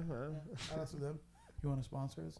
But no, Blarney Stone, that's a good one. It's a hidden gem. Look at you. Yeah. Hidden gem. I know a couple. Good. Definitely good. Pregame spot for sure. What do we have? All right, Pete. Yo. Oh, talking about celebratory. So before we went to Café Neo, we did go to the White Eagle to check out this wrestling event. Dude, one thing about wrestling, I don't care how fake it is, you have to be in shape. You have to be athletic enough to do some of these moves. And it's super entertaining. Like, I had a great time at the White Eagle. Shout outs to a couple of my friends that had recommended it to me. The first time I was there, I saw Big Daddy Marco. Shout out to Big Daddy Marco. Seeing him perform after the event was such an odd event, but it was so much fun. Like, it's literally probably one of the funnest nights I've had because I just didn't know what to expect going in. Yeah. It was one of those things that you're like, I can't believe this is happening, but I'm glad it's happening. Like, funny Marco performing at the end was crazy. But just the event itself, it's a dope event. Like, they sell pizza. The drinks were relatively cheap, I believe. The crowd was very into wrestling, which is good to see from their perspective, their point of view, like their love and passion for wrestling. Wrestlers are dope, entertaining, hilarious. It was a good time. Nah, it is a good time. I think it's like $10 or something. $10 it's like to get in. It's pretty cheap, and I feel like the dope thing about it is you don't realize how much of like a micro community there is. Oh, absolutely. So like within like wrestling is similar to like the WWE. There are like small stories. There's like championships and all that stuff. Absolutely, there's stories within the story, and then a lot of these guys that people don't know are signed through the WWE. Yeah. Like a lot of them get contractors or they get like camp invites or whatever it is. So it's definitely good. If you're in the Worcester area, go to the White Eagle. Cheap drinks, cheap food. Definitely dope event. I think it's every Thursday. I think they're doing like a cage match in the Palladium next, which is crazy. I'm kind of interested about going to see that. And then the cool thing is that they also have just a regular White Eagle bar downstairs. So I think the event runs from, I think it's somewhere from like 7:30, 8 to 10. And then afterwards, you could just go to the bar downstairs and just party. Yeah, for sure. And you're on Green Street already, so you have all the other bars and stuff that you could attend. But wrestling, definitely dope. Like, I've been to, like, actual WWE wrestlings, and it's dope, but it's, like, super corporate. With these, you just don't know what to expect because it's, like, they're still polishing their moves. So a lot of the things, you might get, like, a move that didn't, like, land right, but it was real enough that it's like, that looked like it stung a little bit. Like, you know what I mean? Like, nah, there was a couple of slaps to the chest that, like, legit sounded like they stung. Like, yeah, I was like, I don't know if that was part of the script or not. You ever see somebody get slapped so hard to leave, like, the turkey mark? You know what I'm talking about? Out here looking like the hand and the castaway ball. Like, the little volleyball and stuff. But, yeah, man, wrestling, at the White Eagle. Definitely good vibe. I could definitely see myself going there again. And if you're in the area, go check them out. Yeah, high key. While we're talking about local stuff, so I've been here before, but Peppercorns is a vibe. Like, I feel like they don't get the recognition they deserve. Go ahead. I'll let you explain the. Well, I feel like the thing about like Peppercorns is like there's nothing exceptional about their like presentation from the outside. From the outside, it just kind of seems like an American restaurant. Yeah, it's like all dark and stuff on the outside, right? It's like that, but like you'd also just like assume they have like cheeseburgers, maybe like the pastas, like whatever. But I went there with, but I went there with like so I've gotten there like pasta before, and when it comes to pasta, like usually I'm pretty like picky. Right. Like a lot of places don't have flavorful sauce, maybe like noodles are like too tough or whatever. Yeah. Any pasta dish I've had, like their tortellini Matthew, bangs. Yeah. Their mac and cheese. Their mac and cheese is fucking fire. Yeah. But then, Was it baked? I think so. I don't know. It's like a white. It's like a white shell mac and cheese. Better. It's like Panera but better, and they got the like breadcrumbs on top of it. Show off like that. Hey. Nah, Peppercorns is a vibe. My friend has told me about Peppercorns a couple times, and I've ordered their smash burgers before. Yeah. Super fire. Well, I was there with like a large group, so like usually I just get what I know. Yeah. But seeing like everybody order, like somebody got the mozzarella sticks, and they were dead ass like the mozzarella stick high key looked like a Pop-Tart. Like it was just like this like bread flat thing. Yeah. It was like a Frito. Yeah, high key. I was like, bro, if I was like if I was emotionally going through it, I didn't see a cheese ball. I just saw him come out. But I'll tell you one thing: if I was emotionally going through it, and I was gonna eat some motherfucking feelings. I got like 3 of those just post up, just nah. So out of everything, what looked the most enticing that you'll probably try your next time if you go visit? I mean the burger did look banging. Yeah. I don't know. There's just a lot of stuff. Honestly, actually, we're going to Peppercorns after this. Peppercorns is definitely fire. I feel like it's a hidden gem. A lot of people don't talk about. I feel like a lot of people know about them, but I just don't feel like they get the recognition they deserve. And I've never heard a bad thing about Peppercorns. Yeah, I don't even think it's a bad thing, but like, I feel like Peppercorns, if I had to like, so like there's like certain restaurants where you're like, oh, I'm definitely going to stop here and go this. I feel like Peppercorns is the place you go when you have like family in town. Right. And then you're like, I got like a group of like more than like 7 people. It's like, let's go there. You know what I mean? Yeah, catch me out there eating Go-Los. They got that mac and cheese with that little crumbs on top. I'm about to go there eat by myself on a Tuesday afternoon. I mean, I would go there whatever, but I feel like as far as like events go, it's like, oh, cool, our aunt has a birthday. Let's go to Peppercorns. You know what I mean? But their food bangs. Like it's my aunt's birthday. I'm like, we're going to Applebee's. They got half off appetizers after 9:30. Fuck you mean? Oh man, but Peppercorns is dope. But yo, since we're talking about local as well, yo, if you don't know, now you know. Now let me put you on game. There's different Tutti Fruttis because I've had this conversation with some friends. There's different Tutti Frutti. There's Tutti Fruttis at the malls and stuff like that. Me personally, I don't do protein shakes at home, and I know probably the protein shakes at Tutti Frutti are probably not the best for you. But I'm gonna tell you one thing. I get the protein shake at the Tutti Frutti in Worcester in Gold Star Boulevard. I think their name is a different name now. I don't even think it's called Tutti Frutti. But I go there, Gold Star Boulevard in Worcester. Yo, I've been going there for years. Like, super, the hospitality there is amazing. They treat you nice. They have, like, the frozen yogurt. You get the frozen yogurt with all the toppings. Yeah. You can do it yourself. They also have, like, what type of food they have there? They have, like, it's, like, Korean food. They have like, Korean barbecue. They have, like, bibimbap and, like, bulgogi and stuff. Yeah, they have all that stuff. But their shakes, oh, my God. I get their protein shakes. So fire. I get a strawberry banana with peanut butter. Any protein shake with peanut butter or any shakes with peanut butter is amazing. Super good. I've high-key had it before. Yeah, it's super good. Pretty good. I think it's like $8. You get a good bang for your buck. It's a pretty good size shake. So if you're like looking for like a quick meal, you're on the run, or just want to bring your family, nieces and nephews for frozen yogurt, go check out Gold Star Boulevard. That's also that is like a fire lunch, especially if you're trying to do something like healthy with a little treat. Because like bibimbap's just like it's like sprouts, rice, and like protein. It's super like healthy. Yeah, they got good food there. The food is amazing. They have good prices. Yeah, Shout outs to. Do you fuck with Froyo? So I've been there a couple times. They're good. Yeah. Ain't no Tutti Frutti. I feel like so when I do froyo, I'll get like I like the tart one. It's like the plain one or whatever. I love the tart one. But then you like and I just get fruit on it, and that's it. Yeah, like, some it's of the vibe. some of the toppings are a little bit like if you put in gummy bears and stuff. The toppings like how old are you? You should be a kid. Like you should walk. If you put in Swedish fish like your frozen yogurt, like you need to get reevaluated. But a lot of the stuff I'll put like coconut shells. Yeah. You know what I'm talking about? Coconut flakes. Like I'll do like I'll put fruit. But if you're out here putting like pretzels, like you're doing too much. I heard what? Like that guy at the buffet, like putting like near your like General Tso chicken.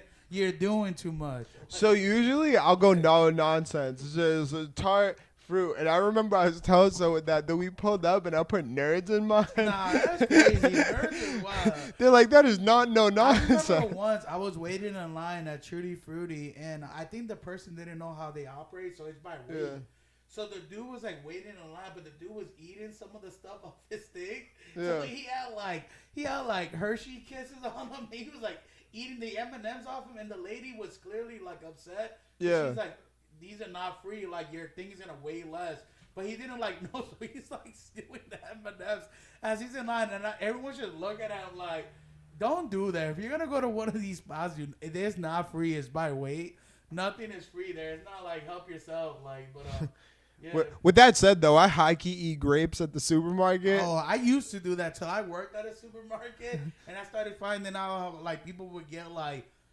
You know, they'll get like approached by like loss prevention and stuff. So I was like, I do not need that I do not need that attention. But he's like, on the floor, you say 15 cents worth of grapes. He's like, pussy's on the pavement, fellas. That's crazy. But now there's people that do way too much at the supermarket. There are people that do the grapes.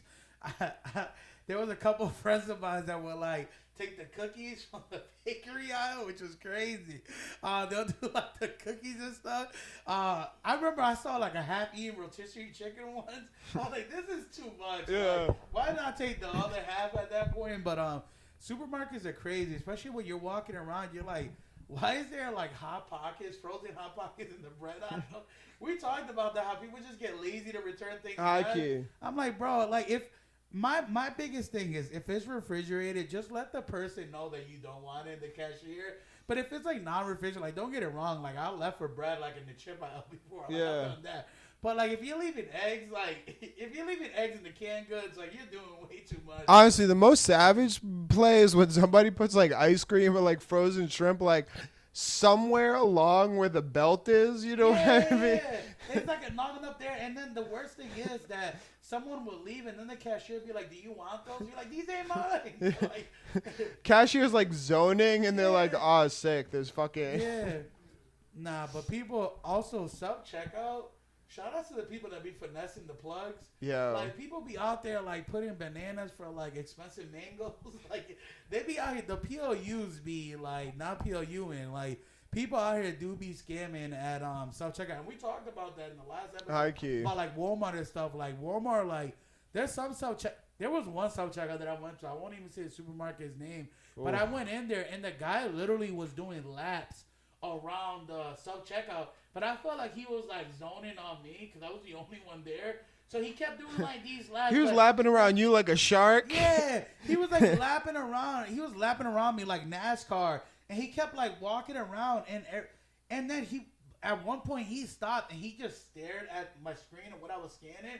Like he didn't even like play it off. Like I work self checkout, and I would like approach someone. I'm like, oh, you all set? Or I would like grab a basket off the floor, or I would pretend I'm like stocking something next to them. This mofo was just staring at me, and like as I was scanning, and I was just like, yo, bro, you good? Like my total's only like $20. Like I promise you, I'm not stealing. Like. I could have, like, you know, Denzel said, I'm leaving here with something, but I ain't like, I was just like, I just grabbed like a bread and eggs and like a couple other things, but, yeah, some people take those jobs way too serious, bro. They are here like, yo, there's nothing getting by me, and I'm like, bro, you sure about that? Because there's definitely people stealing self-checkout. Also, everyone has at least either mis-scanned something or put the POU on something before in the past, but... Worse is when you like miss-scan and then you have to like call somebody over. Well, also self-checkout, high-key be dry snitching. She'd be like, bing, bing, bing. She'd like, please put your stuff in the bagging area. And like, you just started scanning. Yeah. They also like super pushy, the machine. Like she'll literally be like, please put your stuff in the bagging area. I'm like, yo, I just scanned it. Like, and then like once you're done, she'll be like, make sure you grab all your stuff. Make sure you grab your receipt. Make sure you grab your change. I'm like, damn, bitch. Are you taking me out to eat or something? Like, you're mad aggressive. Like, I love when they put, I think they're like weighted or something, or like there's a scale in them. Because I've definitely put the wrong thing down before, and they're like, woo, woo, woo, woo. Well, I remember once I went to a cashier, and this lady, she was like on the bigger side. No, she was like on the bigger side, and she was like leaning forward. Bro, she was scanning all my produce, and my produce were like $20. Like, I'm like, yo, I was like, how's my lemons? They're by quantity. How are you charging me $10? She was leaning on the scale because she was like older. Yeah. So every time she would weigh stuff, her forearm was there. And I was like, bitch, I'm not weighing you. I'm trying to weigh these mangoes. Like, she was out here overcharging me. And I told her, like, yo, there's no way these grapes cost $32. Like, I was like, I don't want these. She's like, they're green grapes. I was like, I don't care if they're organic grapes. Dude, Abel's at home trying to make a cornucopia. Yeah. I'm like, yo, I was like, let me make sure I get the receipt. I went to customer service. I was like, am I tripping on these cherries $43? It's crazy, bro. But she was dead ass leaning on the scale. Like, yeah. Also, I remember when I used to work at Stop and Shop, I definitely had a worker that would like make the beeping noise. He was like, he would just beep, beep, beep, and I was like, I remember that motherfucker was the one that trained me to work there, and I was like, bro, you're the worst trainer ever.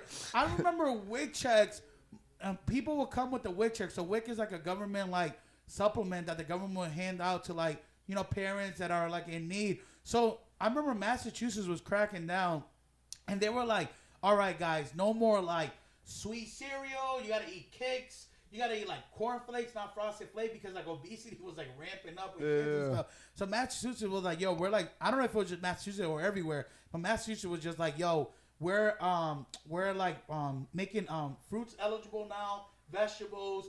People were still finessing. Like, people were buying yucca roots. I'm like, there's no way that the kids are eating yucca roots or plantains. These are high-key for you. I know you because I've been invited to your house. You high-key made that last night for dinner. But they were just, like, buy, like, yucca roots. I'm like, bro, buy bananas for kids. Kids like banana, oranges, apple peels. I don't know. But they're out here buying, like, all different types of starch and shit. But anyways, what the WIC check was, you couldn't buy, like, certain, like, sugary cereal. This motherfucker that trained me was like, she would just come with like Frosted Flakes, and he was like, oh, it's cool, don't worry about it. And I was like, I'm pretty sure we had like a team meeting that like these are not allowed anymore. He also was scanning like, I remember she got like kiwis. Kiwis are high-key expensive, but they go by quantity. He would just put one. She had like 32 kiwis. I was like, I actually told my supervisor, I was like, yo, can someone else train me? Because this guy is a convicted felon. He should not be training me. It was crazy, bro. Crazy time. Like, they put me with this dude. They put me with, like, the worst worker. He was high-key, like, I think he gave, like, his 2-week notice. I was like, why are they putting me with this guy? Y'all trying to set me up to fail and shit? Yo, worst training ever. But, shout out to them. But it is crazy how when you get put on a job, they'll let a motherfucker who does not care about anything train. Bro, have you ever been trained by someone that's just over it? Yeah. I'm like, yo, so what happens if this? He's like, don't worry about it. That will never happen. Yeah. I'm like, I just want to know. He's like, don't worry about it. I'm like, bro, why are you training me? Like, this guy's like disgruntled and shit. Have you ever been trained by someone that talks shit about the employment? Yeah. He'll be like, yo, not for anything. Yo, they suck here. They'll put you on the holidays. You're like, yeah, thanks for the heads up, my guy. He's out here telling you all the secrets that he shouldn't be telling you. Nah. He's like, yo, don't trust your manager. They talk shit. I'm like, you're fucked when they're like, yeah, you're technically not supposed to do this, but I be doing it anyway. When they hit you with that, it's like, there is nasty word. They be like, yo, honestly, you're not supposed to be coming back here because you're not authorized yet, but you can come with me. I'll let it slide. I'm like, bro, why are you training me? I remember working at the pharmacy. They would try to hit me with that. I remember, like, narcotics, you have to be trained a certain way. Yeah. I was back there, like, filling narcs. I was like, yo, I should not be back here. Like, this is crazy. Oh, man. But, nah, there's nothing worse than being trained by someone that shouldn't be training you, bro. Like, it's crazy. I mean, it's low-key lit because I'm like, word, they don't give a fuck here. Yeah, then you do it, you get yelled at. Yeah. You're like, this motherfucker does it. He's like, yeah, but he's leaving. Yeah. Like, he's also been here 10 years. He's been here for 6 years. Yeah. He's mad chill. He's mad chill. Oh, he's the personality hire. Nah, I remember. Well, the thing that sucks about like working a new job is you high key have to go through that phase where you have to like prove yourself. You know, it's like that meme. If I never call out, if I show up early, if I work every holiday, maybe one day I could be a supervisor. Like that famous meme. But it's that period of like over approving yourself. It is the worst because like you will have like holidays that you will have time off that you already had prior to the job. And now you gotta like cancel that vacation. I know they give you the opportunity, like they'll tell you, do you have any like upcoming holiday that we should know about, or like vacation that you like plan to take off? But you want to be like an overachiever, like nah, I'll work it. It's not a big deal. And then that vacation comes, and your boy's like, yo, we still going to Cancun. You're like, damn, bro, you're gonna hate me. I can't make it. I gotta prove myself. I'm working a double tail. Like it's trash. Like that whole phase of like going through like proving yourself is the worst. That's why I've been at my job for like 8 years. I can't go through that phase again. Like, hopefully this is the final stop. Hopefully this podcast puts us in a position where I don't have to like redo that again, like reprove myself. Because there's nothing worse than. Well, that's the thing. I feel like whenever you start a job, especially when I did like corporate stuff, they all do like the 90-day you know what I mean? Yeah. But once you get past that, like. It is impossible to get fired from corporate work. Once you're in, because nobody wants to get sued. So after that, it's like, okay, well, if you mess up, we're going to give you a warning. Then after the warning, you get 2 more warnings. You get the verbal warning. Then once you get the warning, now you're on probation. And if you mess up on probation, double probation. And the next thing you know, it's like 6 months later, and you haven't been doing shit. Like, how am I still here? You actually surprise yourself. Like, why am I still working here? Yeah. No, they hike you, but once you're in, you're in. But it's just that those 90 days take an eternity, bro. You out here working late, coming there early. Like, but is there any extra work I could be doing? Yeah, they hit you with the. You want to stay late? You're like, absolutely, yeah. That sounds fantastic. The Wednesday before Thanksgiving. It's crazy, man. I would never get lit with the homies. Yo, talking about getting lit with the homies, Kendrick's new album. Hey. Ooh. What did you think about it? All right, so the thing with me is I remember the first Kendrick concert, well, the only Kendrick concert that I went to was with you when we went to go see Good Kid, Mad City. Well, you technically saw him at that festival in Philly. Something Made in America. But that was like my first like him, like, you know, concert for him. If I told you I killed a kid at 16, would you believe me? That's one of my favorite albums, Good Kid, Mad City. I'm also like a diehard Kendrick fan, so my opinion might be definitely biased when it comes to opinions. I think it was a good album. It definitely, there was a couple songs, I think Turn the TV Off or TV Off, whatever. That's a good banger. There's a couple songs that are obviously trending and on the socials and stuff. But overall, I thought it was a good album. It's the thing about Kendrick's albums that they're super complex, and there's always been like videos about this, about like there's people. I remember surgical. I remember he went to go see Big Boy, and Big Boy was like, "Can you tell me what one of your album was about? Because we're still trying to figure that out." Like he's like super complex when it comes to like his lyrics, and it's all like storytelling, but a lot of it's like super complex, and it's not like. Kendrick doesn't make a lot of music that you're going to hear in like clubs and stuff like that or in the radio. For sure. But he definitely has good music that you could vibe to. Like, I don't know, if you're doing like music therapy or you just want to have like a good music session at your crib, it's definitely dope. But what were your thoughts on it? Like, I thought it was dope. I mean, so I probably listened to the album probably like 10 times now because I've just been like listening to the gym and you know I'd be getting them gains.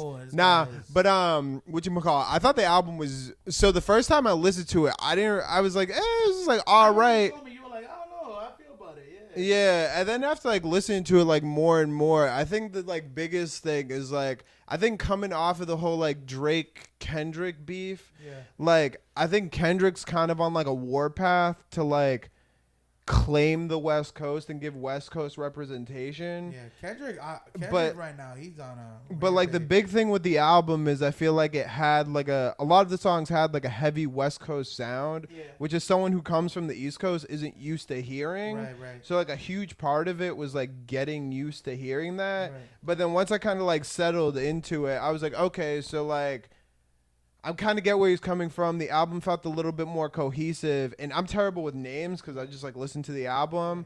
But he has the opening song is like pretty dope, whacked out murals, and then he has that like section at the end where he just starts like really spitting, and that shit's fire. He has one song that's like it's high key a hyphy song. Yeah. Like when you hear it, like I could just picture like E40 on it. Like it's just like, and then he has that song. What is it? Reincarnated. Yeah, Reincarnated, which everyone's been wanting for him to drop forever. Like that whole beginning, like he would like teases and teases and teases. I'm talking about a different song. Oh yeah. You're talking about the one that's like reincarnated, Yeah, man, me and my baby. Yeah. So reincarnated, that's a song where like.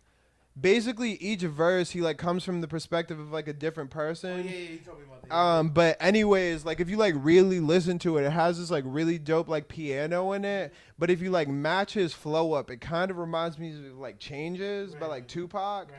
And because it's called Reincarnated, I don't know if he's like intentionally doing it, but like it very much seems like an homage to like Pac almost, or at the very least like a representation of like fucking. I'm telling you right now, Kendrick wants all the smoke with everyone. Also, there was a shout out with Lil that Wayne. one Mike song is fucking fire. He like. Have you heard it?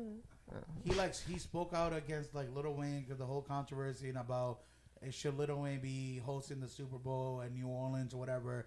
And Kendrick kind of like threw a little jab at him. Well, it wasn't really a jab. He was kind of like, damn, like my hard work is not good enough for me to host. You know what I'm saying? It was crazy because Lil Wayne didn't even say anything. Right, and then he went after Snoop Dogg too because Snoop Dogg like reposted that Drake Taylor made that Drake posted. He was like, damn, bro, ain't you from like the West Coast? And then Snoop was like, it was these edibles, man. Like, but what was I don't think we talked about what was your thought on the whole beef with Drake and Pusha T? Like, what was your Drake and Pusha T? I mean, Kendrick. What was your opinion on all that?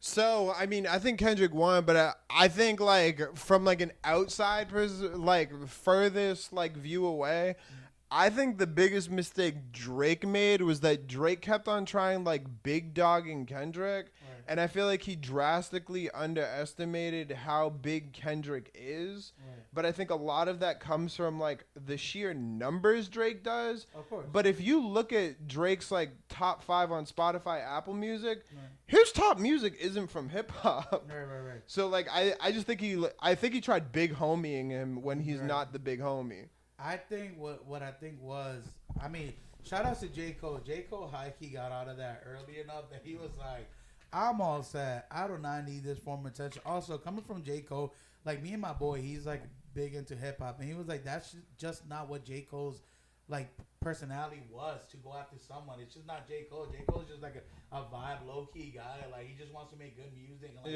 you know what I'm saying? He's just like a chill dude. Like just chill guy. Yeah, shout out to J. Cole for leaving early out of that beef.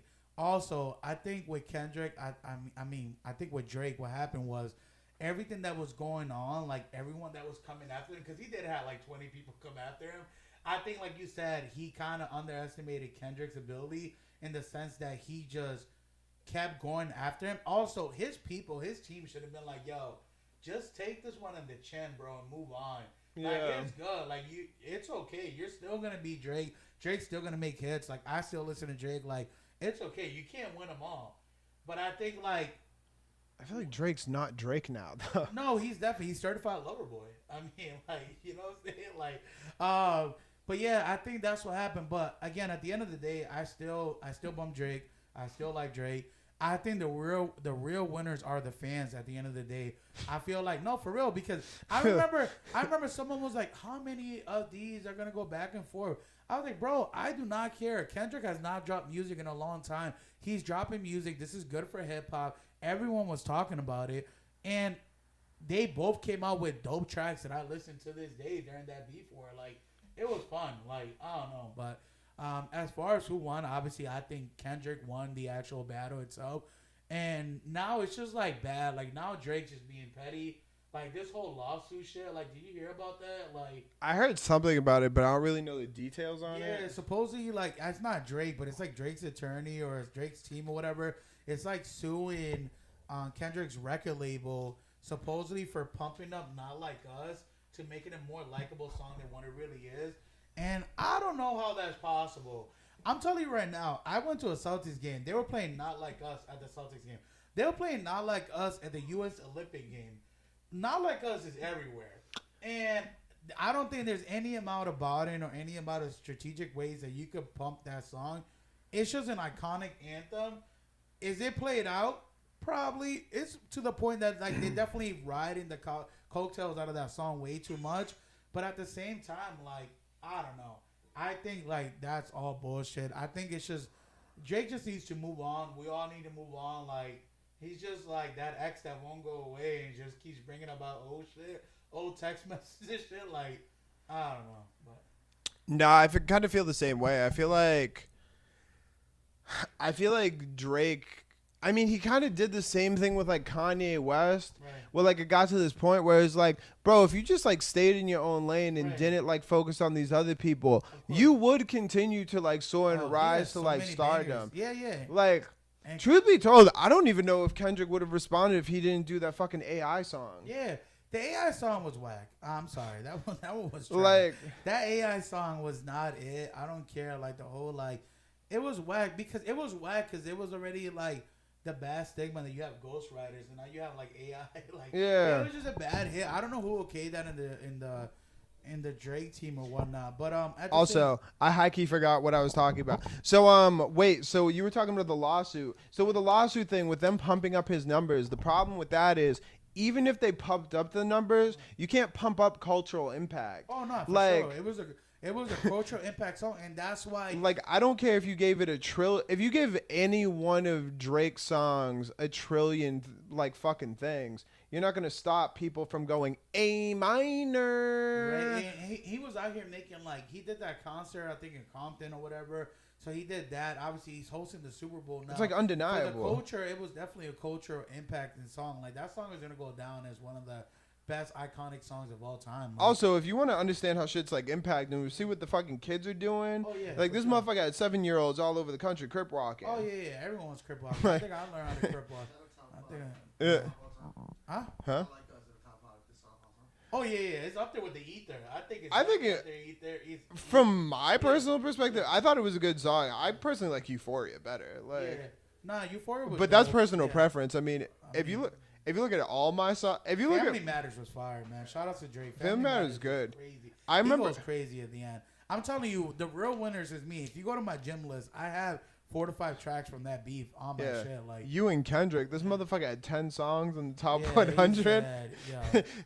Motherfucker's hosting the Super Bowl. You know when your diss song is a certified diss song when you out here being nominated for a Grammy, like that's crazy. Like we talked like Drake did that with back to back. Yeah, like that's what I'm saying. Like when your song, first of all, this song should not be playing in the radio. Like back in the day, like you would not hear like this songs be played in the radio like that. The fact that they're being played in the radio and they're being commercialized as a regular song, but you don't realize that this person's going after someone's livelihood, because let's get it right. He's going after someone's livelihood. He impacting their status or whatever it is, their likeliness, whatever. You're bad-mouthing someone else. And he said some crazy allegations. And just overall in the beat, both parties were, first of all, domestic violence, being a pedophile, like sex offender, like all these stuff. These are like real like haymakers. These are not stuff. Have you ever been into the argument when you were a kid and someone be like, you argue with your friend, he'd be like, bro, you're not funny, and it kind of hurts you a little bit because you thought you were like hilarious, and then you made up. He's like, nah, bro, you're mad funny. It was, like some of the stuff that was being said, you can't go back with those. There's some beef that like Meek Mills and Drake, they made up. But I don't think these two dudes can make up. And if they do, I don't know, bro. It's crazy. Well, my favorite thing about the whole thing is, like, Drake tried to pull the whole, like, Eminem, like, 8 Mile thing in that second song with Tupac, because he's like, you're probably going to go after him for fucking with kids. Yeah. And then, like, Drake's like, by me doing that, there's no way he's going to do it. And the thing is, Kendrick didn't do it. And he didn't do it for longer than anyone else would have done it. Because if anyone else went after Drake, in the first song, they would have called him a pedophile. No, he warned them. If you hear the breakdown of the first few songs, he's told him, he's like, I'm going to get back to that later. This motherfucker waited for 4 songs to drop it. He got back to it. Like, that's the crazy part. Like, he got back to it. Like, like anyone else would have, on song 1, would have been like, motherfucking Millie Bobby Brown is, at the very least, is weird. The thing is that it's not looking for Drake. Kissing a 17-year-old on stage after she acknowledged herself being 17-year-old. Is weird. The thing is with the internet is really quick. So the internet, when if there's any topic of you going viral for the wrong reasons, they're gonna find footage and they're gonna find things to support those allegations and claims. I started going down that rabbit hole when people started whipping out like old videos of Drake, just saying some sketchy shit when it comes to like little kids and all that stuff. You know what I mean? So it's one of those things that it didn't look good for Drake at all. I think he personally. I feel like one thing we do have to remember about Drake though is that he is Canadian. Oh yeah. No, I'm kidding. I was gonna say that, but I'm good. The thing about Drake, I feel like for him, he needs to take some time off. He needs to regroup and he needs to come out with that old shit. Stop focusing on this other shit. Well, because he needs to. That Certified Lover Boy for me, that album was hot garbage.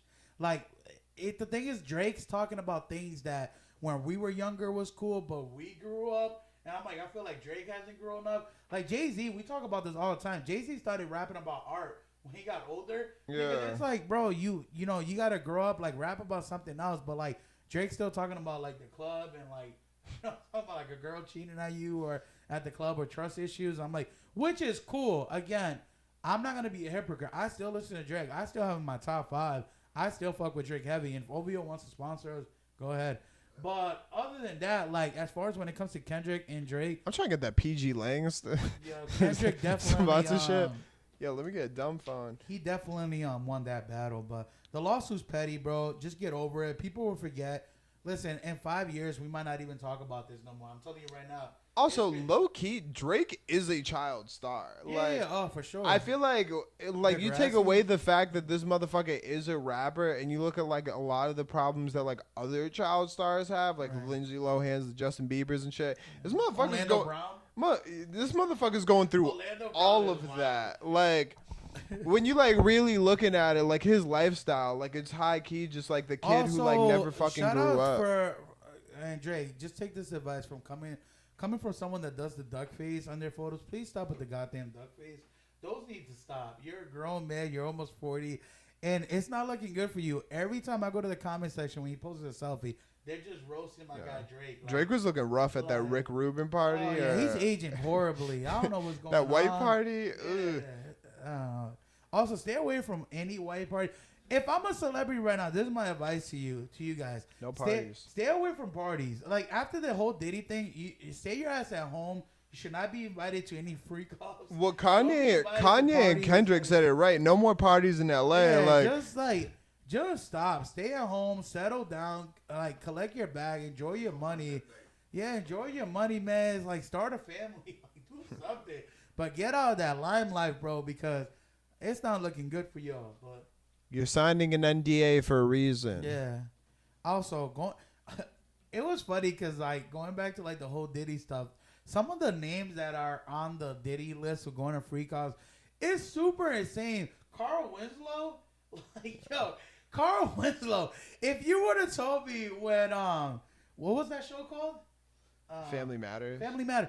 When Family Matters was out, like, if you were to tell me Carl Winslow was gonna be in a P. Diddy freak off when that show was like being televised, I would have laughed at you. He's not no Bill Cosby as far as like giving fatherly vibes. You know, Bill Cosby was like everyone's father during like the Cosby Show. Yeah. Like, everyone liked that little like fuzzy sweater. They're like, oh look, he's Dr. Hustable. Like he's super nice guy. Didn't turn out that way, but like during the time, like he was like America's dad.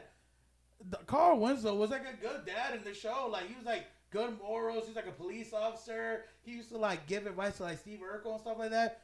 Motherfucker was going to freak offs. That's supposed to tell you that anyone in your childhood could not been who you thought they were. So just a fun fact, as I get older, I'm like, damn, I can't believe I treated some of these motherfuckers as role models. Like, also, first thing first, rest in peace, Uncle Phil. That was a real one. I used to love Uncle Phil, Fresh Prince of Bel-Air. Yeah, he was a real one. That episode when Will Smith talks about his dad, he's like, why you don't love me? Why you don't want to be there? Like, that shit hit home. Growing up without a dad, I was like, damn, this thing got me with a tearjerker. I was crying and shit in the living room. Like, yeah. But he talks about that shit in his book, Will Smith. Well, supposedly that was like a real scene. Like, high key, It was like legitimate crying. Like, they took that in one take. Like, that was like one of the, like, the doper scenes growing up. Like, definitely remember that. But shout outs to also shout out to J. Cole. Shout out to J. Cole. Oh yeah, J. Cole. J. Cole knew. J. Cole got out of there and he was like, yeah, I can't sleep at night. This is it for me. Like, you know what my biggest issue with the J. Cole thing, with the whole J. Cole diss was? Like, one thing, it is low-key, low-key's genius to call your album Might Delete Later and then delete later. Right. He did it. But also, like, so many things in that diss track were so anti, like, J. Cole, like, everything he stands for. Because, like, artistically, if you look at, like, J. Cole's, like, discography, he has multiple songs with no features. And he broadcasted the fact that there were no features. Right. But then to come after Kendrick Lamar and be like, Mr. Morale is boring. It's like, well, by that logic, like, you have boring albums. You have no like, he has classics, yeah. Like, what's that one? For Your Eyes Only? I love that album. Yeah. It's a boring album. Right, for sure. It is not a fun album. Right. Yeah. Well, Forest Hills Drive, no features. That's a classic. Oh, I love that. I still bump that to this day. For Your Eyes Out Only? That shit is boring. I feel like it's great album. It's boring, though. I feel like J. Cole got pressured into doing something that he didn't want to do. Like, I felt like he literally was... I feel like it was more Dre's camp. Like, yo, we just did a song about us calling, like... You know what I'm saying? Like, well, like I feel like it wasn't... I'm telling you right now, it was out of character for J. Cole. Talking mad shit, though. No, he does, but I feel like the way that he did it, like, you could tell it I get wasn't that him. Like, I agree it was out of character. Like, so much of what he like, even my said... boy, he's like a diehard J. Cole fan. He's like, bro... Didn't make sense, people were like... Right, but a lot of people were like calling him out. They were like, "Oh, that was a weak move by him pulling out of that." And my boy was like, "Bro, like that's whack for you guys saying that. It's just not who he is. Like, you know what I'm saying? Like, it's not." But then the only problem I have with that is then J. Cole will come back. Like, he dropped that one song. I forget the name of it. It's like some freestyle over like the Dead President's beat, and in it he's like, "I had to pull out because I was gonna lose a friend. But if I did it, I would have won." Oh, and that's where the problem is. There's some truth behind that. Absolutely. I mean, pound for pound, like that's where the problem is, though. I think it's like you can't like back down and then be like, nah, nigga. But if I did swing, like it'd be a problem. I just think he didn't want that attention. Like, but then don't make the song afterwards. No, for a fact. But I think it's just still to remind people because his ego got hurt in the sense if someone's challenging your ego, telling you like, yo, bro, like you pulling out made you like a pussy or whatever. He's like, all right, that's cool and all, but I have my reasons, and I'm gonna support those reasons why I pulled out. But don't get it twisted. Like this, he could go bar to bar with anyone. I'm not saying that you can't, but I feel like from his logic, I'm saying I understand where he's coming from. So if you're gonna like pull out though, like just do that shit silently. Like don't come back and be like, man, these guys. Just don't come back and be like. All these rappers are somewhat egotistic in the sense that they have people in the air in their team, and everyone's like, but bro, don't like, come back and be like, right. Yo, I would fucking dust you though, like. Huh? 7-minute drill. Was it after that like this? It was before. So 7-minute drill dropped before Drake's song even dropped. It dropped before Drop and Give Me 50 came out. It was like the first like rebuttal. But I don't know. I love J. Cole. I think J. Cole's dope. But I think if he battled, he would have done great. I just think it's corny. Oh no, he definitely. It's high key corny to like. Pull. I don't even think it's corny to drop and pull out. And I agree. Like, even the shit he said in his song, I was like, this isn't J. Cole. But I do think it's corny to, like, then re-drop after everything's done and settled and be like, I would have washed you. It's like, no, you already, like, bowed out. Just do what you're going to do. Just rap. Just do your features. Just drop your album. I love this shit for hip-hop, bro. Hip-hop needed this shit. Like, it hasn't been the same. It's been way too friendly. Like, I remember growing up, like, all these beefs, bro. It was like, I remember 50 Cent calling out Jay-Z when he first started. Like, all this shit, like, the hip-hop needs that to make it entertaining.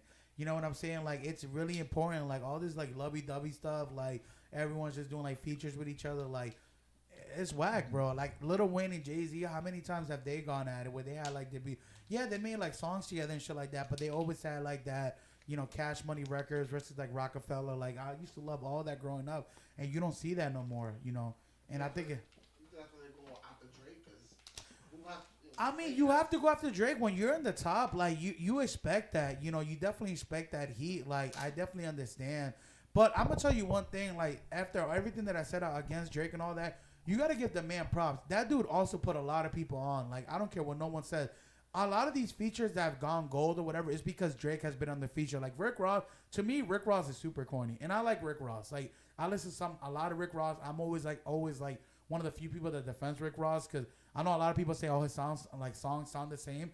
I like his flow. Like I like Rick Ross, but it was super corny what he did, especially against Drake because Drake did a lot for Rick Ross, and a lot of the features, a lot of the hits that he's gone. I think one of the hits that they did together just went like platinum or gold. I don't know what it was, but Drake's like a gold machine, bro. Anything that he touches is like gold. Like, you know what I mean? So a lot of these dudes were kind of corny when it came to that. Well, I heard the only reason like Metro Boomin, like a lot of the people that had beef for like all the stupid reasons or just straight hate, super corny. Well, I heard Rick Ross only went after Drake because he sent a cease and desist to French Montana. I definitely understand that, but to French Montana, cease and desist supposedly. But let French Montana fight those battles. You notice that French Montana didn't say anything about it. Like, and some people just won't challenge Drake, and I get that part, but I don't know. That was super. I think calling him like a white boy and doing all this stuff that Rick Ross says, that was super corny. Like, it was corny as hell. But, I think I don't know. I think the biggest I like Drake. I listen to Drake. I've been to Drake concerts. Like I don't know. But I think the biggest differentiator between like when it comes to like Drake and when it comes to like other people is I feel like I don't think there's like a lack of respect. I feel like the lack of respect for him almost seems like it comes for him as a person opposed to like lack of respect as an artist. Like a lot of these people seem to be coming out of the work and just be like, you're kind of a shitty dude. Like you're fucking my girl. You're sending a cease and desist over here. Like all of this like behaviors just kind of like corny. I'm not saying like, you know, opposed to like Jay-Z where it was like, no, you're like a good rapper, so I'm gonna come after you. Like nobody was like, yo, Jay-Z, you're like a piece of shit. You know what I mean? But a lot of people know that Jay-Z was definitely an opportunist. Like a lot of people said in his documentary, like Jay-Z was a smart businessman. Like he will use you to get to a certain spot, to that next spot, and then he'll like move on if you wasn't at that level. Like so, obviously, like it's not to the degree of Drake. Drake's out here like smashing dudes, girls. Like the whole Kim Kardashian thing with Kanye. Like there was rumors that he like smashed his wife or whatever, even after they got a divorce. Like that was super corny. So Drake's definitely super petty. Definitely not like clean. Doesn't have like a clean history of doing like petty shit. But a lot of the stuff that the beef kept going. A lot of people that they would definitely try to capitalize off Drake's name. Like, let's be honest. Like, a lot of these people knew if they name drop Drake, whatever, it would bring them some form of attention. Like, you know, whatever platform they were using it on, you know, they were gonna get the attention that they need to, you know, release an album or to release a song. Or Rick Ross. I remember Rick Ross was like promoting his like car show because a lot of people were like following the story and shit like that. So a lot of people were, you know, using the beef as an opportunity. While Kendrick did not get the script. Kendrick was like, he's not backing down. He's gonna keep going, and that's a guy that you just don't want to start something with because. Well, I'd argue Kendrick's been looking for battles since he like came out. Like he started off with like Control pretty hard. Right. I would argue at the end of that like Baby Keem song where he's like 20, taking no prisoners. Last who let out all the visitors. He was like. He's like continuously Kendrick is like, I am better than you. Right. I will like roast you. He's like, I want all of the smoke. And then when he finally dropped like that, is that the name of the song? Yeah. I feel like he's like slowly been working his way up the pyramid. Oh no, absolutely. So like at first it was like anyone who was kind of big, and then it got like narrowed down, and then eventually like he battled with who was will. He was willing to like fight the giants. You know what I mean? Kendrick was the best choice for the Super Bowl. I think so. I personally think Kendrick's the best choice for the Super Bowl, but also like they've only done the local Super Bowl once. They only did it in LA, and they also did it with Dr. Dre. Dr. Dre is not an isolated artist. Dr. Dre put on 50. He put on all the people that were on that stage.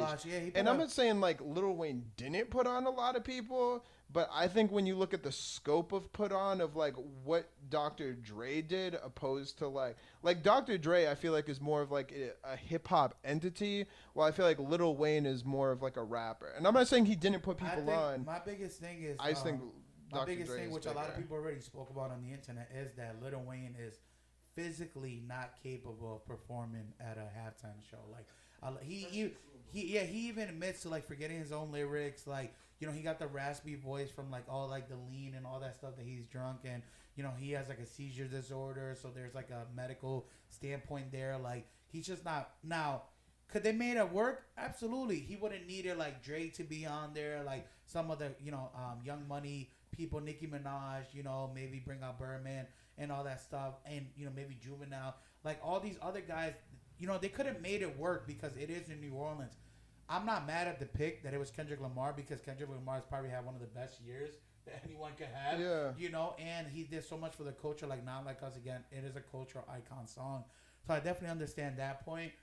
I can see both ways that they could have done Lil Wayne, but he wouldn't be able to perform solo, and they would have to done something that it wouldn't be full songs. I mean, even though in the Super Bowl it's never full songs, just like a mosh pit of all like your hits and stuff like that.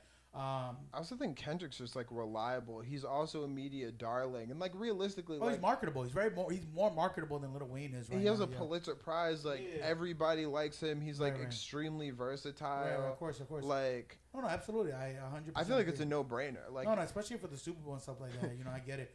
Who I will have loved to see perform, and I'm super biased because he's my favorite artist of all time. I would have definitely liked to see Kanye West perform a halftime show at least once.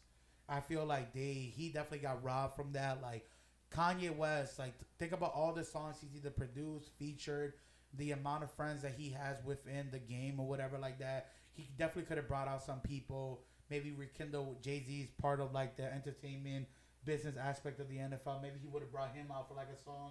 You know what I mean? Like Kanye was definitely someone that I would have loved to see him at least perform once.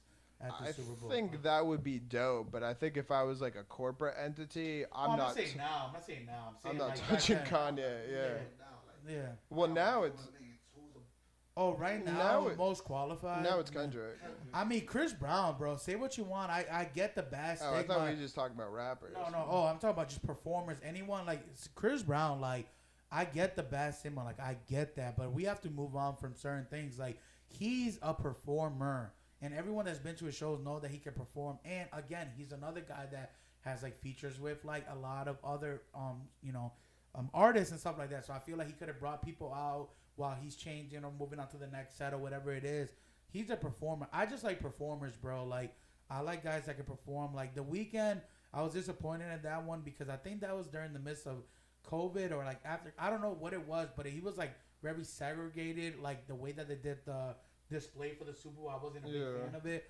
The Rihanna one was like okay, but there hasn't been the Dr. Dre one was fire. That one was probably one of the better ones I've seen in the last couple of years because he brought everyone. He brought Snoop, brought Eminem, he brought 50, Mary J. Blige. Like that was fire. Yeah, I feel like the only I'm not mad at it, but I feel like the only like Super Bowl pick I've ever seen that wasn't an obvious pick was Usher. And I'm not saying he didn't deserve it, right.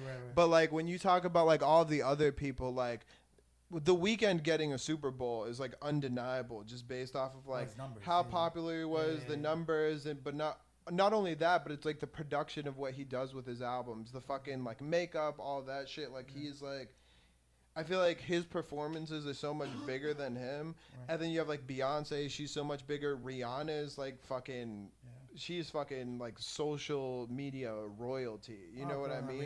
Rihanna hasn't dropped music in so long, and she's still, some of her fans are still hopeful that she's gonna drop a new song like any day now. Like, she's big, but I would argue she. I would have loved in their prime. I would have loved to see Bruno Mars. Bruno Mars. I thought Bruno got one. No. He does have one? Yeah. Okay. Bruno Haki got one. Okay, yeah. But the only one, I'm not saying he doesn't deserve it. I was just shocked that they went with Usher. Yeah. Usher got backed up though, but like her was on it, Alicia Keys. Yeah. Talking about last year, right? Yeah. Alicia Keys killed that shit. Oh, Alicia Keys, yeah, she did. Also, shout out to Usher. I would not want to bring my girl around Usher. Usher be out here. He don't care who. Nah, he be good. He be out here networking. Like, he be busting. Shorty, he don't. Like, have you seen some of his residency when he's out here giving cherries to girls so they can, like, feed him and stuff? Like, has Adele done it? Adele hasn't done one. That was a big one. I feel like she doesn't have, like, a huge catalog. Has Lady Gaga done one? Yeah, high key. Yeah, Lady Gaga's good. I mean, these are... Yeah. Yo, not for nothing. The Katy Perry one was kind of fire. Yeah. She came out on like this massive like animatronic like lion, and then she had those like iconic sharks and shit. Like, I'm not like a huge Katy Perry fan or anything, but like she fucking smashed it. Was Taylor Swift at one? I don't think so. No. I'm surprised Taylor Swift, the whole NFL, how they keep promoting her and Travis Kelce that she hasn't had one. Like, Yeah. That Katy Perry one was done with Missy. I feel like yeah. Taylor Swift. I don't know. I would have loved to see Kanye, man. You imagine just him and you only hear like, doom, doom, Yeah. doom, like, oh my God, man. Kanye, I don't know. I'm also still pissed that I didn't go to that Watch the Throne concert. Yeah. In Boston. That's like one of my biggest regrets of not going. I'm pissed that Kanye fucking cut that one tour short, The Life of Pablo. I high key had tickets to. Oh, that one's fire. Was he supposed to go to like the listening party? Saw tickets for it in New York. I was looking at buying tickets to listening. That was like one of the most. Oh, you're talking about that? I was. When he's wearing the little hat with the sweater. I was like legitimately like about to buy the tickets to go to the one in Miami for Donda, but then I ended up checking it out. But I'm talking about The Life of Pablo. Which I regret. The Life of Pablo, though, I high key had tickets, but that was like around the time when like Kim Kardashian got kidnapped, and he had that like this was like before like crazy. Travis Scott was like Travis Scott, and I remember he had that like huge platform, but the problem was he was going on stage doing like 15-minute rants about politics and then bouncing, and that's when he lost the Super Bowl. Nah. But I remember that listening party. He had like he had a bunch of people there. He had Chance the Rapper there with him and all that stuff. Yeah. That's dope. That's an iconic moment for hip hop. Not for nothing. That Chance the Rapper show I saw that I got this shirt at. Make that shirt? That 10-year, I don't even know how to make a shirt. Yeah, the 10-year anniversary show for Chance the Rapper, like acid rap, was fucking phenomenal. Yeah. And I mean, I'm not happy he's getting divorced, but I am excited for this motherfucker to drop an album because, not for nothing, like, when Chance came out, I was like convinced this motherfucker was going to be the next thing. Like, I love this motherfucker's I've always music. wanted one of those hats with a 3 on it. Yeah. I high key love this. Yo, that dude music. made so much money on that. I was reading an article. He made like a ridiculous amount of just of selling hats. Yeah. Like he talks about it in one of like a podcast appearance that he did. He's like, I made X amount of $1 million. Like these things sold out. High key. It's crazy. Nah, he was like huge for like a minute. Dope, man. I love him in the Life of Pablo. I love that. I love his feature in there too. Yeah, that's dope. Oh, dog. Like when he first came out swinging, I mean, he definitely got like a little too religious and like his life started going a little too well. Right. Nah, but nah, I used to love Chance the Rapper, dog. I thought he was gonna be the next biggest thing. I remember when Chance the Rapper first came out, I thought it was Chance from I Love New York. I think that's why his name's Chance the Rapper. I didn't know who it was, and I was like, yo, this guy raps, and everyone was like talking about him. I was like, yo, he was like a corny dude like on TV. And they were like, no, that's not him. It's this other guy named Chance the Rapper. Yeah, I don't even know how. I think I just heard of him a lot. I was like, I'm not listening to the dude from I Love New York. Name dropped him. He's like, I should have just changed my name to Chance the Rapper. Yeah. Name dropped him. Yep, yeah. No, that was a fire show. But yeah, no, those will be good Super Bowl. But this year it's Kendrick, so let's see. I wonder if he's gonna bring anyone. I think Kendrick wouldn't, but I wonder if he'll bring at least 1 or 2 people. I think he'll definitely bring some West Coast people. Like I think he'll bring Dre. Like he might bring Dre out.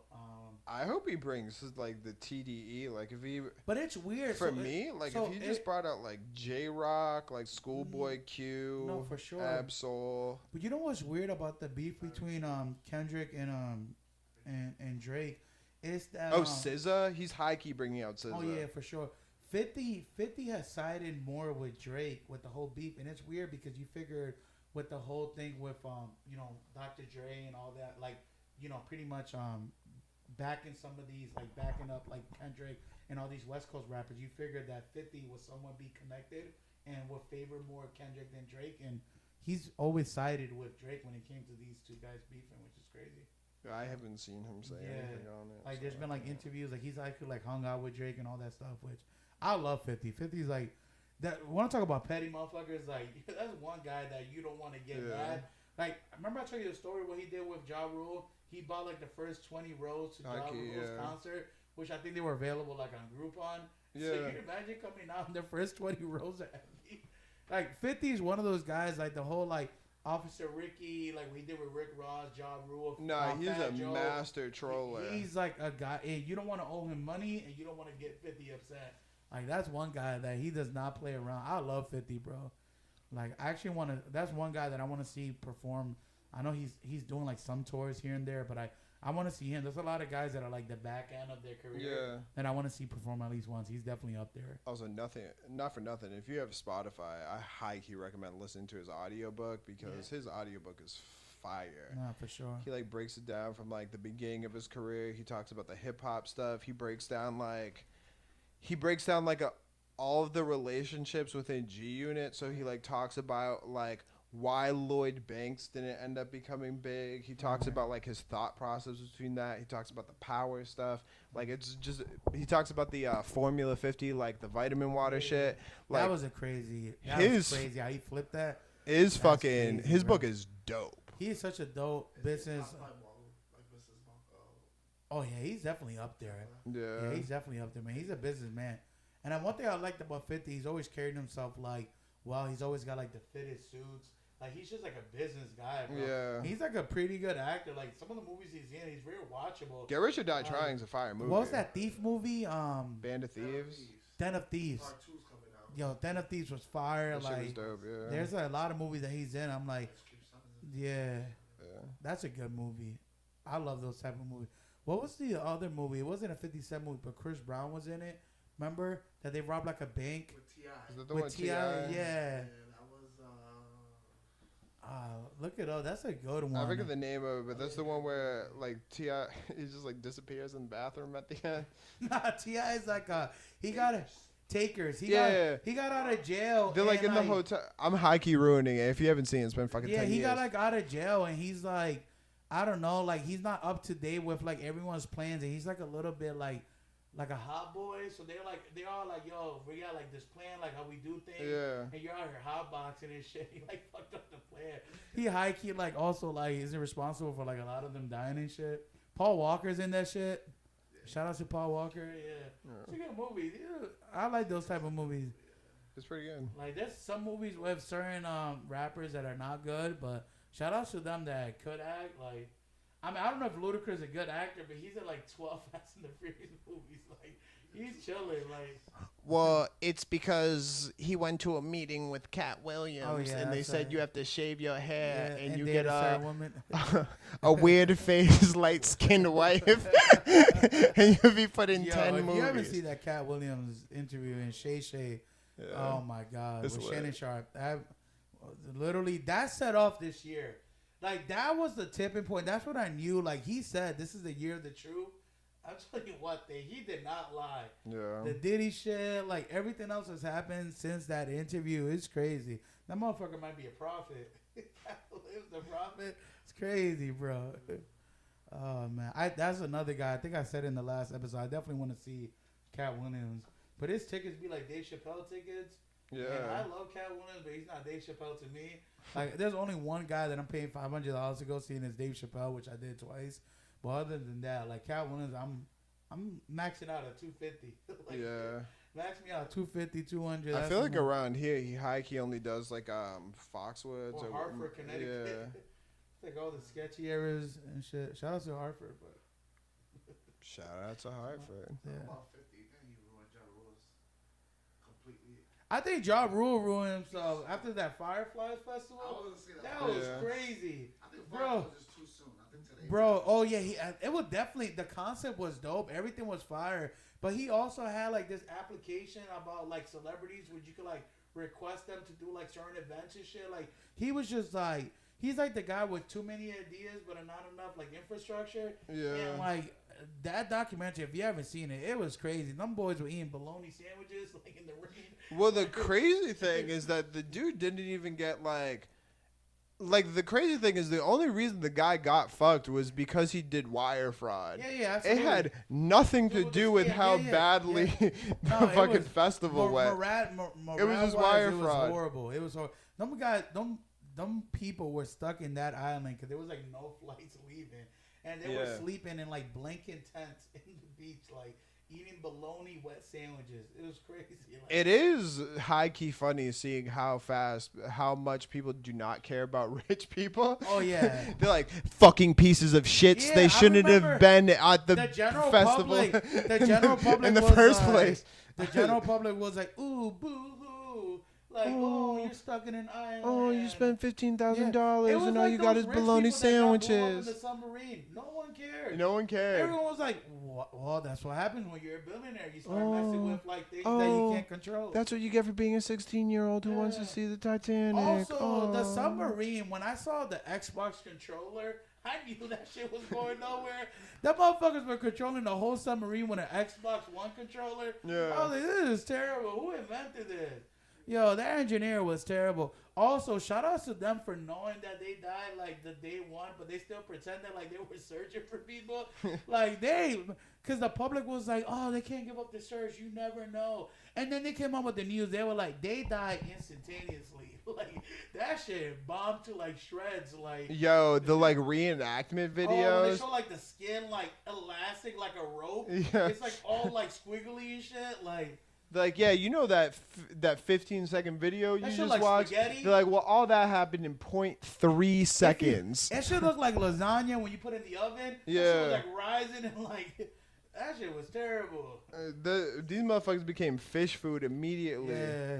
Motherfuckers became kibbles and bit. Bro, they couldn't even find pieces of these dudes. You know, usually they find like an arm or a leg. Yeah. They still couldn't find, they couldn't even find a ring, wedding ring.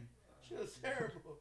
Also, I have no business checking out the Titanic unless that diamond, ruby, rose, gold shit, whatever is down there. I have no business going out there. Like, fuck that. That 86-year-old lady, when she tossed that shit in the movie, that's the only way I'm going down there. I'm good. There's certain parts of the sea that I would not need to find out. Like, yeah. Also, like, scientifically, like, they said, like, the pressure and shit, they just bodies couldn't handle that shit. Like, the way that, how deep they were going, like, it was like physically impossible. The pressure of how cold the water was and shit. Like it's crazy. But yeah, but that's what rich people do. But yeah, it is right. When rich people do shit, people just tend not to care.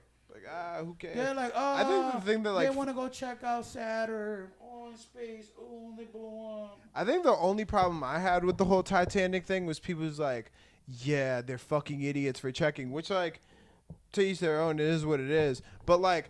I feel like if that was affordable, the amount of people who would have done it. Oh, Hikey, if I'm a billionaire, I'm definitely intrigued of the idea of going to space. But that's even if they were like, we could get you down there for $40, the amount of people that would sign up who were like, it's so dangerous, you're a fucking idiot. Oh, that's like, right. These are the same people who like, I would go ziplining.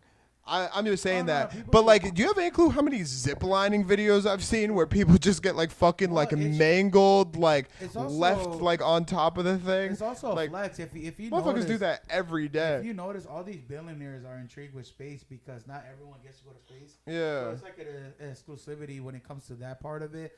So I definitely understand that. But, yeah, I'm good with the water. That's my personal base on that. I'm all set with anything with sea, water. Like, I remember my friend was just telling me he went to a cruise, and I was like, bro, I'm good with cruises. Cruises like, I'm are all trash. set. Like, and people are like, oh, no, you wouldn't even know you were on a boat. That's how still it was. I also see videos of, like, cruises, like, rocking and water, like, seeping in. I'm all set, bro. Put me on land. I'm a mammal. I have no reason to be in water, like, unless I'm a whale. I don't have the same issues with water. Yeah. I've been on cruises. Cruises are stupid. I hate them. I'm all set. Cruises, like... If you don't want to think about anything and you want to like see a different country for 6 hours, do a fucking cruise. I'm flying out if there. you want to, if you want to be locked on the shittiest casino you've ever been on in your life, do a cruise. Cruises are fucking trash. Nah, I'm good. I went from Jersey to Bermuda. Bermuda is dope though. High key recommend going to Bermuda. They have these, like, the dope thing about Bermuda is they have, like, pink sand beaches, but when you look at it, it just looks tan. But then when the water, like, washes over it, the way the sun hits it, it, like, glows pink. It's pretty fucking sick, yeah. Yeah, no, I'm all set. And it's mad safe. Like, I don't think there's, like, I mean, there might be some dangerous parts, but, like, they're, like, legit, like, take a moped, you can go anywhere in the fucking island. And it's not big either. The food was, like, it was, like, cafeteria food. Like, it wasn't great. I mean, there's also different cruises, so I think some have better food than others. Like, there's some that, like, I see some, like, cater more Spirit to, airline like, parties. cruises, which are super ratchet. Yeah. Like, online, they're, like, super bad. I'm like, bro, like, these cruises are ghetto. Some of them are definitely ghetto. Like I've seen people complain, like, "Yo, look at the beds, like, look where we're sleeping, like, look at the food. Definitely. Like, the entertainment is trash. Like, some of them are horrible, but some of them are high end. But I'm also hitting the bathroom. And we're back. We are back. No, we could be, but we're not. Back to back, like the cover of Lethal Weapon. Better back like Jordan 96, 97. Oh, Shout out to Drake. Shout out to Drake. certified lover. Certified lover boy. Have you guys ever 7 a.m. to that song is a true one. 7 a.m. 7 a.m. to Bryan Street. What's it called? Bryan. Also, shout out to Kendrick for dropping songs in the beat that are related to Drake's titles. Yeah. That shit was funny as hell. He reclaimed the Heart Part 6. Yeah. Also, the Heart Part 6 is a dope song. By Drake. No, by Kendrick. It's on the new album. It's pretty dope. He like breaks down the whole like TDE relationship and all that shit. The album is dope. All right, And so then top 5 album. I think it's time. I mean, he only has 5 I albums. think it's time. What? It's time for daddy time. It's daddy time. Daddy time. It's peanut butter daddy mommy time. Yo. All right, so Wait. TJ, did you look up the list? I got one top of my head. run in chat GPT for like 30 dudes. Yeah, just in It's case. his album top 5. Huh? Definitely top 5. He's- Oh, yeah, those are yo. That's easy, saying daddy. Idris Ab- All right, so Girls love him, bro. the concept of this segment is we're gonna run out some names with you guys, and these are females and males. We're gonna start off with the males. So we have this concept. Me and this guy were always talking about what qualifies you as being called daddy. We talked about that in episode 1, how I love when a girl calls me daddy. But it's like I feel like not everyone could just be called daddy. You gotta have certain daddy qualifications, right? So my boy TJ over here just threw out the name Idris Elba. That's like automatic daddy. That's Everyone automatic that daddy. Notice his aura, like he's been on the cover of like Sexiest Man, like that's like daddy material. You got people. I remember working in an office space and people talking about Idris Elba, like Nah, all 50-year-old women swoon. Yo, they love you. Bring up Idris Elba, they love Idris Elba. Like it's like him, like certain people you bring up and they go crazy for it. So. I don't know if Channing Tatum. Nah, Channing Tatum's daddy. He was on Magic Mike. Kind of daddy. Nah, he was definitely daddy. He's in Magic Mike. Like people love him. Like girls go crazy for him. No, he's daddy. He brings that aura. He's also funny too. Matthew Oh, McConaughey, he's daddy. He's Yeah. daddy. Matthew McConaughey. People love his little accent. He's been in multiple movies where people go crazy. Also, shout out to Matthew McConaughey. I've gotten very valuable lessons from that dude. High key, I was listening to his book. The only reason I ended up going to Mexico. Yeah. And then also, he was on a podcast. I learned that if you put olive oil in the pan, butter doesn't burn. Ooh. Fun fact. Yeah. Shout out to my boy Matthew Yeah. McConaughey. Michael Ealy. I don't know who that Oh, is. The light eyes for barbershop. Nah, just Oh, Yeah. Michael Ealy. I would Oh, say yeah, he's yeah, daddy. they love Yeah. that dude. Yeah, he's in like some Tyler Perry movies and shit. Yeah. Yeah, he's daddy. I mean, he's definitely daddy. But I feel like there's no one thing that makes someone daddy. But there's like it's a there's combination. hints, there's clues, Yeah, you there's gotta- like small. You gotta have aura. Like the aura gotta be crazy. Like you mentioned the name and like girls like their panties shiver. Like you gotta have aura, bro. And a lot of these dudes are like household staple names. Like it's automatic that. But there's also a lot of guys that are not just daddy. They're Well, not there's some daddy. people that like they're daddy on paper, but then they don't lack the aura. Like I feel Ooh. like a big thing about being daddy is like being big is daddy. Yes. But Yes. Danny DeVito Oh, Danny DeVito is daddy, not big. DeVito. It's Not Always big, Sunny in but Philadelphia. daddy. He also did the Hercules movie. Like Danny DeVito, like I don't know, he has aura.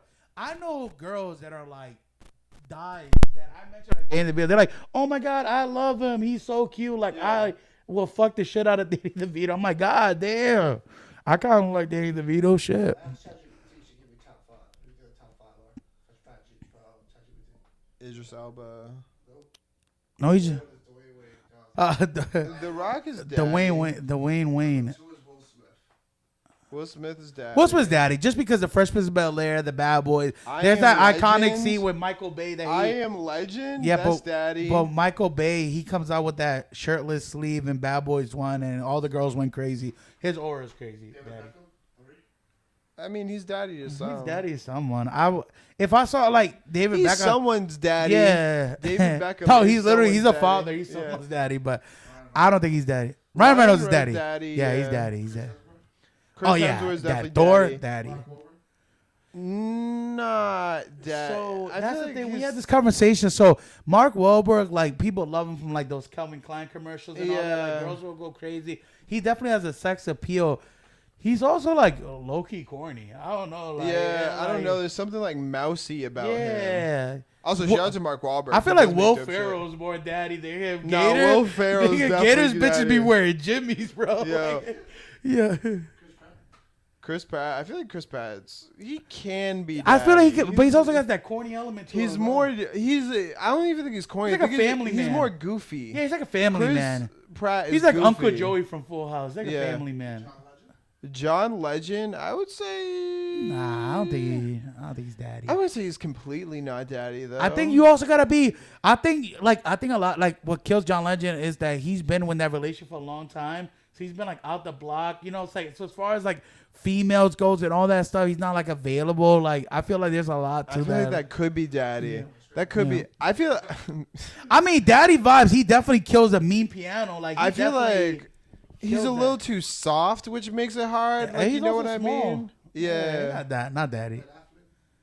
Ben Ben Affleck Affleck's is daddy. Ben Affleck. Ben Matt Affleck's one. Damon, Not not daddy. daddy. Ben Affleck's one of the few people in the Massachusetts area that come from Massachusetts that's daddy. Do dynamic duos. Look up dynamic duos. Oh, But male dynamic yeah. duos. Because I feel like usually like I mean, a one's dynamic duo right here. What you mean? Hey. Hey, BKC, daddies. daddies. And we don't make our own shirts. we don't even know how. Hey, TJ. Vince Vaughn, daddy. Oh, Vince Vaughn's definitely daddy. What about Owen Wilson? He's right there. He's right on the there. cusp. I think what killed him was Night in the Museum. Fucked him. If he didn't do Night in the Museum, because in Wedding Crashers he was daddy. Speaking of which, Ben Stiller, Not daddy. daddy. Funny actor though. I love Great Ben Stiller, actor, yeah. but not daddy. Too short and Along Came Polly? Zoolander fucked him up. Yeah. Long Came Polly? Yeah. For most duels. Like, So my guy's about to say Michael Jordan and Scott. it's Robert Downey Jr. and Chris Hemsworth. Both daddy. Yeah, but Robert Downey Jr. is Jr. is daddy. high key daddy. Yeah, he's definitely got that swag with him. The way he talks, like he's He's smart like the too. center of the Marvel universe. Yeah, That he's fucking motherfucker's daddy. Anyone that's Iron Man is daddy. Is Tom Holland daddy? Oh, that's a tough one. We talked about this before we Yeah. aired. I think with Tom Holland, I'm saying he has daddy potential. I don't think he's daddy. I don't think he's daddy. Yeah, he's still young enough. He might be daddy when it's all said in stone. Will Smith and Martin Lawrence at number 2. Martin Lawrence, not daddy. Nah, not Will that. He's too Smith, goofy. daddy. Love Martin Lawrence. Blue Streak. Funny guy. Matt Damon, no. Yo, have you ever seen The Black Knight? Oh, Black Knight is amazing. That movie. shit, that used to be my Yeah, shit. I love Black When Knight. he pulls up and he's like, Yeah. your daughter's a freak. Yeah. Keanu Reeves. I know who that is. Keanu Reeves, daddy. Keanu Reeves, he's Yeah, daddy. yeah, he's With definitely John daddy. Wick, His aura, he's like also like down to earth. He's also riding the mad subway in New respectful York. to the baby girls. Yeah, and also don't kill his dog, like daddy. That's daddy. Samuel Oh Jackson's yeah, daddy. oh he's definitely daddy. Daddy, yeah. Pulp Fiction, like all the cursing, like just the aura, daddy. Snakes on a plane. Yeah, Brad Pitt is like super daddy. yeah, he's super daddy, super daddy. Leonardo DiCaprio. Oh, daddy. Oh, He's daddy. automatic daddy. No, that's like you seen the way he's in the Leonardo Mount, he's in the Mount Rushmore daddy. We also first of all, high-key have to repeat what Tony said. oh yeah, super. He said Leonardo DiCaprio, super daddy. Also, he also doesn't date anyone like I think above like 28, Which something is like that. a huge That's daddy daddy. move. When you have daddy stand their age limits, daddy. No, like Hugh Hefner, that's King Daddy Oh shit. yeah, daddy. That's He daddy. found that. Also, kind of frown. Kevin Hart, Not daddy. not daddy, too short. But Oh, not daddy. who? Johnny Depp, daddy. Oh, he's daddy. Pirates of the yeah. Caribbean, ruggy face, drunk, bitches love him. Like, Who's someone who's like not daddy that you'd be like surprised about? Like Jackie Chan is daddy. Jackie Chan is the high Jackie key Chan daddy. is high key daddy. Chris bro. Tucker. Chris Tucker, Not daddy. Not daddy. Not daddy. Not daddy. Funny guy. Steve Carell's daddy. Oh yeah, Steve Carell's daddy. Yeah, yeah. Yeah. 40 over. Not Nah, daddy. not daddy. Funny Not guy. daddy. Seth Rogen. Oh, daddy. Daddy. Yeah, Seth Rogen, yo. His voice, people Jonah love Hill. that goofy little Not voice. daddy. They love, who? Oh no, I was just reiterating. Mo. Ooh, how about Adam Sandler's Daddy. Adam Sandler is daddy. See, Adam that's the Sandler difference is between daddy. being like just funny. Adam Sandler has an aura. Like he's just chilling in New York, wearing baby blue basketball shorts, just vibing. That's daddy. Nick like, Swartzen. Not daddy. I like this. Oh, daddy. Michael B. Jordan. Michael You don't think Michael B. Jordan's daddy?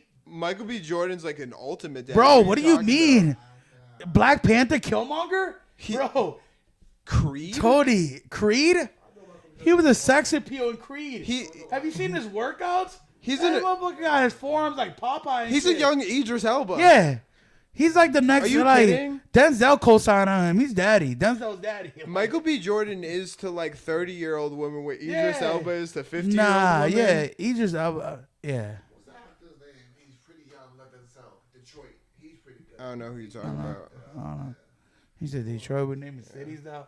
Yo, Worcester, daddy. Shout out to my people in Worcester. Yo.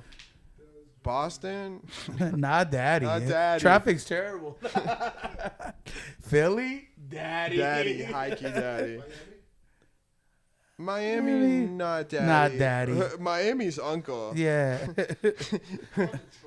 Detroit, I'd say Detroit's. What? Like we're talking about cities? Oh, Detroit's. I don't know where we're going with this. But I'd say Detroit's kind of daddy. man. Atlanta. I All right, would say Detroit. let's switch the segment to mommies because we only have like 5 minutes. Mommies. So same concept. So we're talking about female. So what qualifies someone as a mommy? Because I had this definition of daddy. I want to hear this. Well, What is a mommy? I feel like a lot of what it's is the bird call for mommies? So the bird call for mommy, it's like mama, Like, mommy, pick me up, like, yeah, you mama. pick me Yeah. up. You gotta Yeah. put your hands up. You So if you reach. see us out and about when doing this, you're probably a So mommy. if somebody's mommy, we're hitting this. Oh yeah. If there's a mommy in the venue and we're there, we're gonna hit you in one of these. I feel like mommy is so like daddy is not necessarily fatherly, but I Yeah. feel like mommy kind of is. Yeah. I feel like mommies kind of have like an alpha sort of like thing to them. If you're like a bigger female, Yeah. like I don't even think it's always sexual either. Like I would say I personally do not find China attractive. China is mommy. Oh, China's mommy from wrestling. She's mommy. R.I.P. China. She's definitely mommy. Jennifer Yeah. Aniston, mommy. Mommy, yeah, she's definitely certified mommy. Sandra Bullock, Ooh. mommy. I love me some mama. Mama. Julia Roberts? That's No. mommy. That's mommy. I fuck with Julia Roberts. Hell yeah. Oh, Definitely mommy. mommy. Mom, yeah. Sofia Vergara, mommy. Mommy, yeah. Oh, I love me that accent. She was also great in Griselda. Who's Huh? it? No, actually, she's mommy. Yeah. She look good, but I want to say like mommy. I think with mommy. Mommy for me, it's just someone that's been holding it down for like a lot of years, but it's like someone that Megan Good's also been holding doesn't it down? age, and it's not, it's like, well, okay, I not agree. Megan Megan Good. Good, Megan Good is mommy. Megan Good is mommy, but it's like, So for you, like, that girl, what's her name? Lizzie McGuire. What's her name? Oh, Hillary Duff is mommy. oh, Hillary Duff is definitely mommy. Yeah, I love me some Hillary Duff. Yeah. Absolutely. He said Lizzie McGuire. That's crazy. You were like, who's that girl from That's So Raven? She's Raven not mommy. Simone, not She's mommy. Hell no. Oh my God. Girl from Boy Meets World. Oh, Topanga Oh, Lawrence. mommy. She's mommy. Mama, That's mommy for mommy. Pink Power Ranger. Oh, mommy. Mommy. Yo. Dexter's mom. Mommy. From Dexter's Laboratory. Yo. The mom from Incredibles. Yo, mommy. Mommy. Lola Bunny. Mommy. Yeah. Yo, you know who I used to have a huge crush on when I was younger? Fucking, you ever see the Batman with like Mr. Freeze? Yeah. Dog, I used to love Poison Ivy, dog. Oh, what's the girl that plays Uma Catwoman in Thurman. the Christian Bale Batman? Anne Hathaway. Mommy. Oh, I love Anne Hathaway. I'm giving Uma Thurman mommy. Yeah, I can see that. Yeah. That's a sneaky little pick. Kill Bill. Ooh, that's Oh. mommy. Martha Stewart, mommy. Martha Stewart's Stewart's definitely definitely mommy. mommy. Yo, Martha Stewart can get it now. I'm just saying. Martha Stewart is dope. Who's the chick from Golden Girls? Betty White. Betty White's mommy. Yo, young Betty White was crazy. She was definitely mommy. Yo, at one old point. Betty White was mommy. Nah, you bugging. Yo, Whoopi Goldberg? Not mommy. Whoopi Goldberg is not mommy. Who? J-Lo's mommy. J-Lo's mommy, yeah. I mean, Beyonce? Mommy. mommy. I mean, Beyonce it's just by the definitely- name. Yeah. Rihanna? Yeah. Rihanna's mommy. Mommy, yeah. Yeah. Definitely. Reese Witherspoon. Oh, mommy. I love Mommy, me some yeah. Reese Witherspoon. Reese Witherspoon, definitely Oh, I mommy. love her. How about homegirl Jada Pinkett Smith? No, Hell mommy. no. Jada Pinkett. I feel like pre Will Smith, like I feel like Jada Pinkett, like in the early 2000s, maybe, but based off of some of the shit she's been pulling, not mommy. Also walking around looking like a Tesla robot, not mommy. That's crazy. Nah, she's definitely, ever since the entanglement, she's not been mommy. I wouldn't say she's mommy. I mean, she obviously the name is a household name, so I guess you would have to. Who's the technically give it to bigger her. sister?